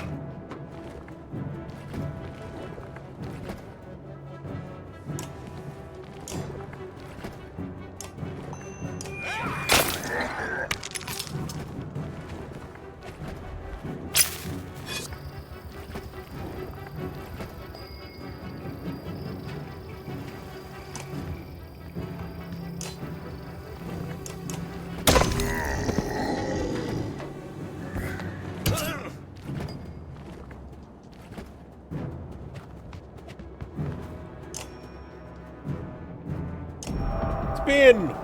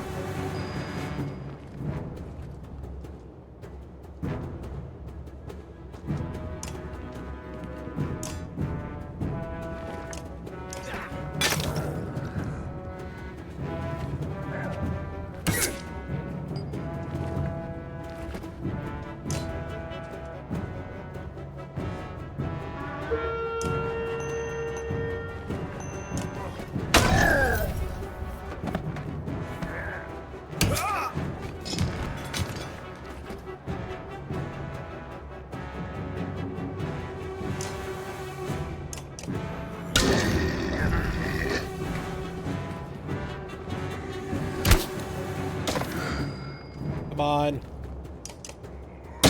That's one.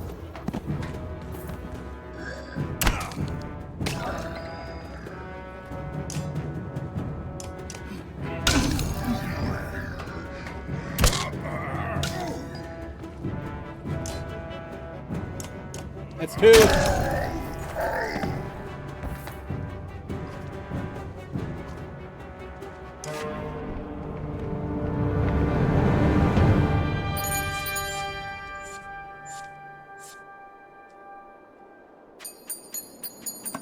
Okay, we barely made it, that one.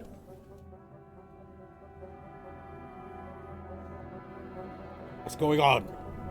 I had one eye on the fight, next I looked down, the dredge was swarming into the courtyard. Can't tell how many more there were waiting out there. But it's a lot. We're getting back across the bridge, it'll be a fight. Any options? Not really, unless you want to wade into that valley. We're going to have to leave the same way we came in. Todd, I think you should take a look at this. Nearby, the man had been bundled and lay near a short wall, protected from the wind. I think this man's a mender. Raises more questions than answers. What of it? Spellweavers and Ridgehorn, why? Why there's something about what's happening. He's gonna tell us we need to get out of here alive. First, we need rest. I agree. Let's decide how we're gonna defend this dump in case they attack again. Each day we wait, the dredge are going to pile up. How many will there be tomorrow? Double? What about the next day? It's your call, Con, but we can't cut and run on this one. There's one way out. Borrow fall. If anyone falls fighting here, they'll be left behind.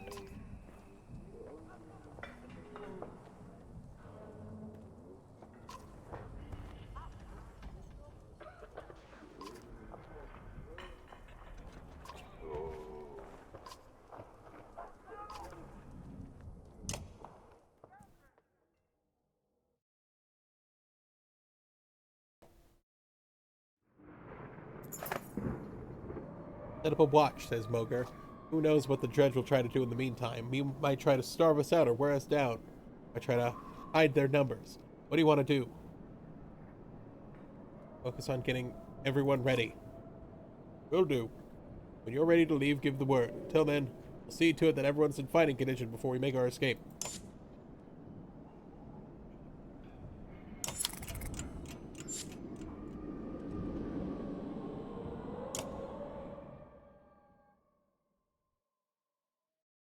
God damn, they're all injured. Fuck.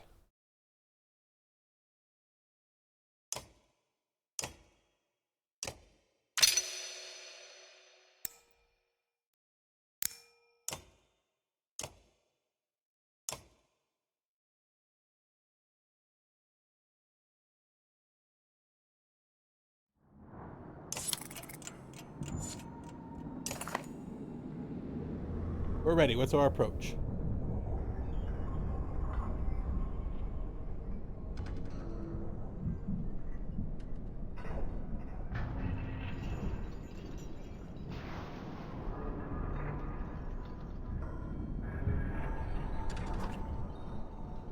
Lines of shield bangers might be able to force our way through the barrow pass and put us on a much better position. It'd be a safe option, but it depends on how many are out there. Shield bangers gather at the front of the group and push forward through the bashing maces and exploding shrapnel. There's just few casualties as the caravan has crossed the land bridge. Now it just remains to fight your way out. As Moger predicted, they surround you from every direction and you start cracking heads as soon as the shields give way to the crush of enemies pushing past.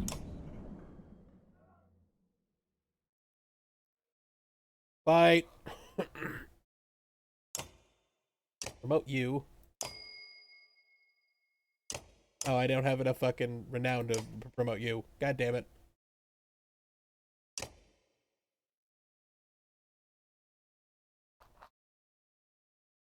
Oh, things were going so well.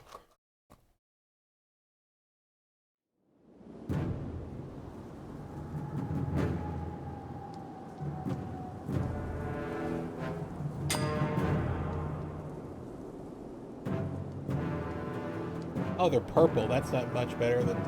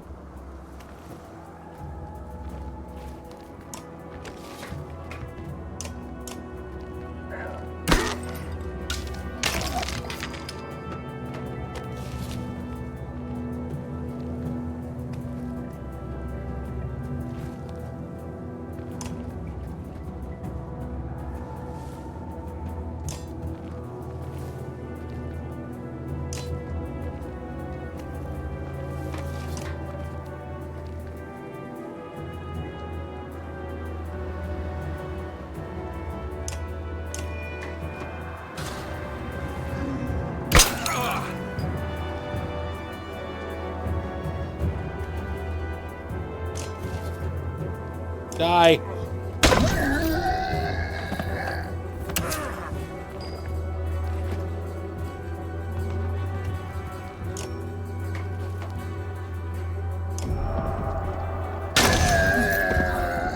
Fuck him up.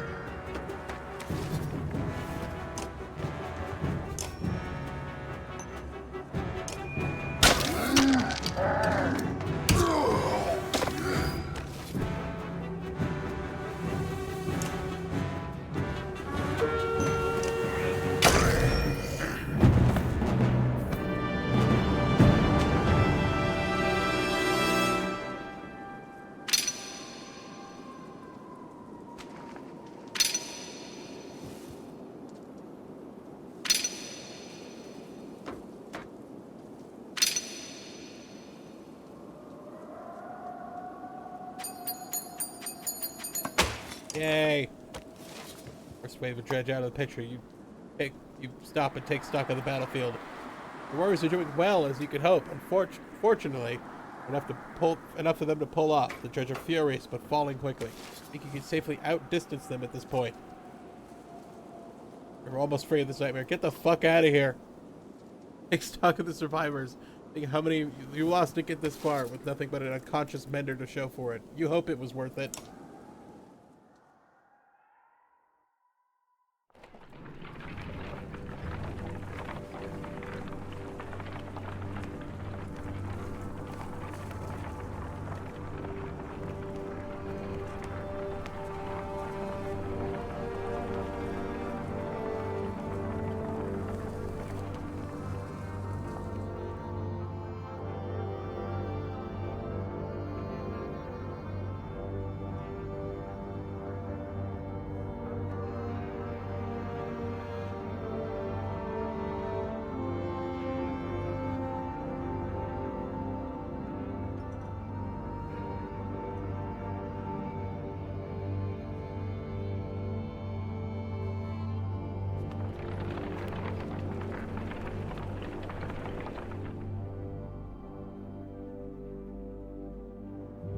Khan, join me for a moment. There's something I'd want you to see. The welcoming party from Grovheim. Bearing mead? That's about the only thing I want to see. No such luck. The mender from Ridgehorn has woken up. Says his name is Avon. Sounds like a mender name. How is he? Not well. Where are we? Day or two from Grovheim. Found you at the Tower of Ridgehorn. What were you doing there? Grovheim, no, that's the wrong way. Juna, where is she? Where's the woman who was with me? We didn't make it, my friend. We only brought the living with us. No, we have to go back. I don't think so. We barely made it out 2 weeks ago. Do you know why the Dredge were calling all over Ridgehorn? Dredge, we have to go back. The damn graveyard. I'm sorry, Avon. The girl was dead when we got there. All we can do is tell Yorunda what's happening. Prepare for a bloody war, so if you... Dead, I couldn't save her. I couldn't save her. Avon looks suddenly upset. He slips to the ground, and you motion for some Varl to help him onto the cart. Now, what I would hope to hear, or what I was hoping. Come on, Ubin. The sooner we get to Grovheim, the better.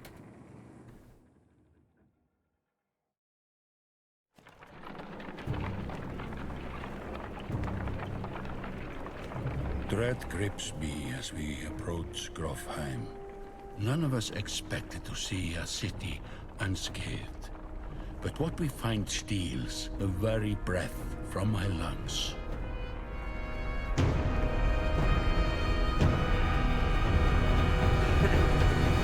Well, that sucks.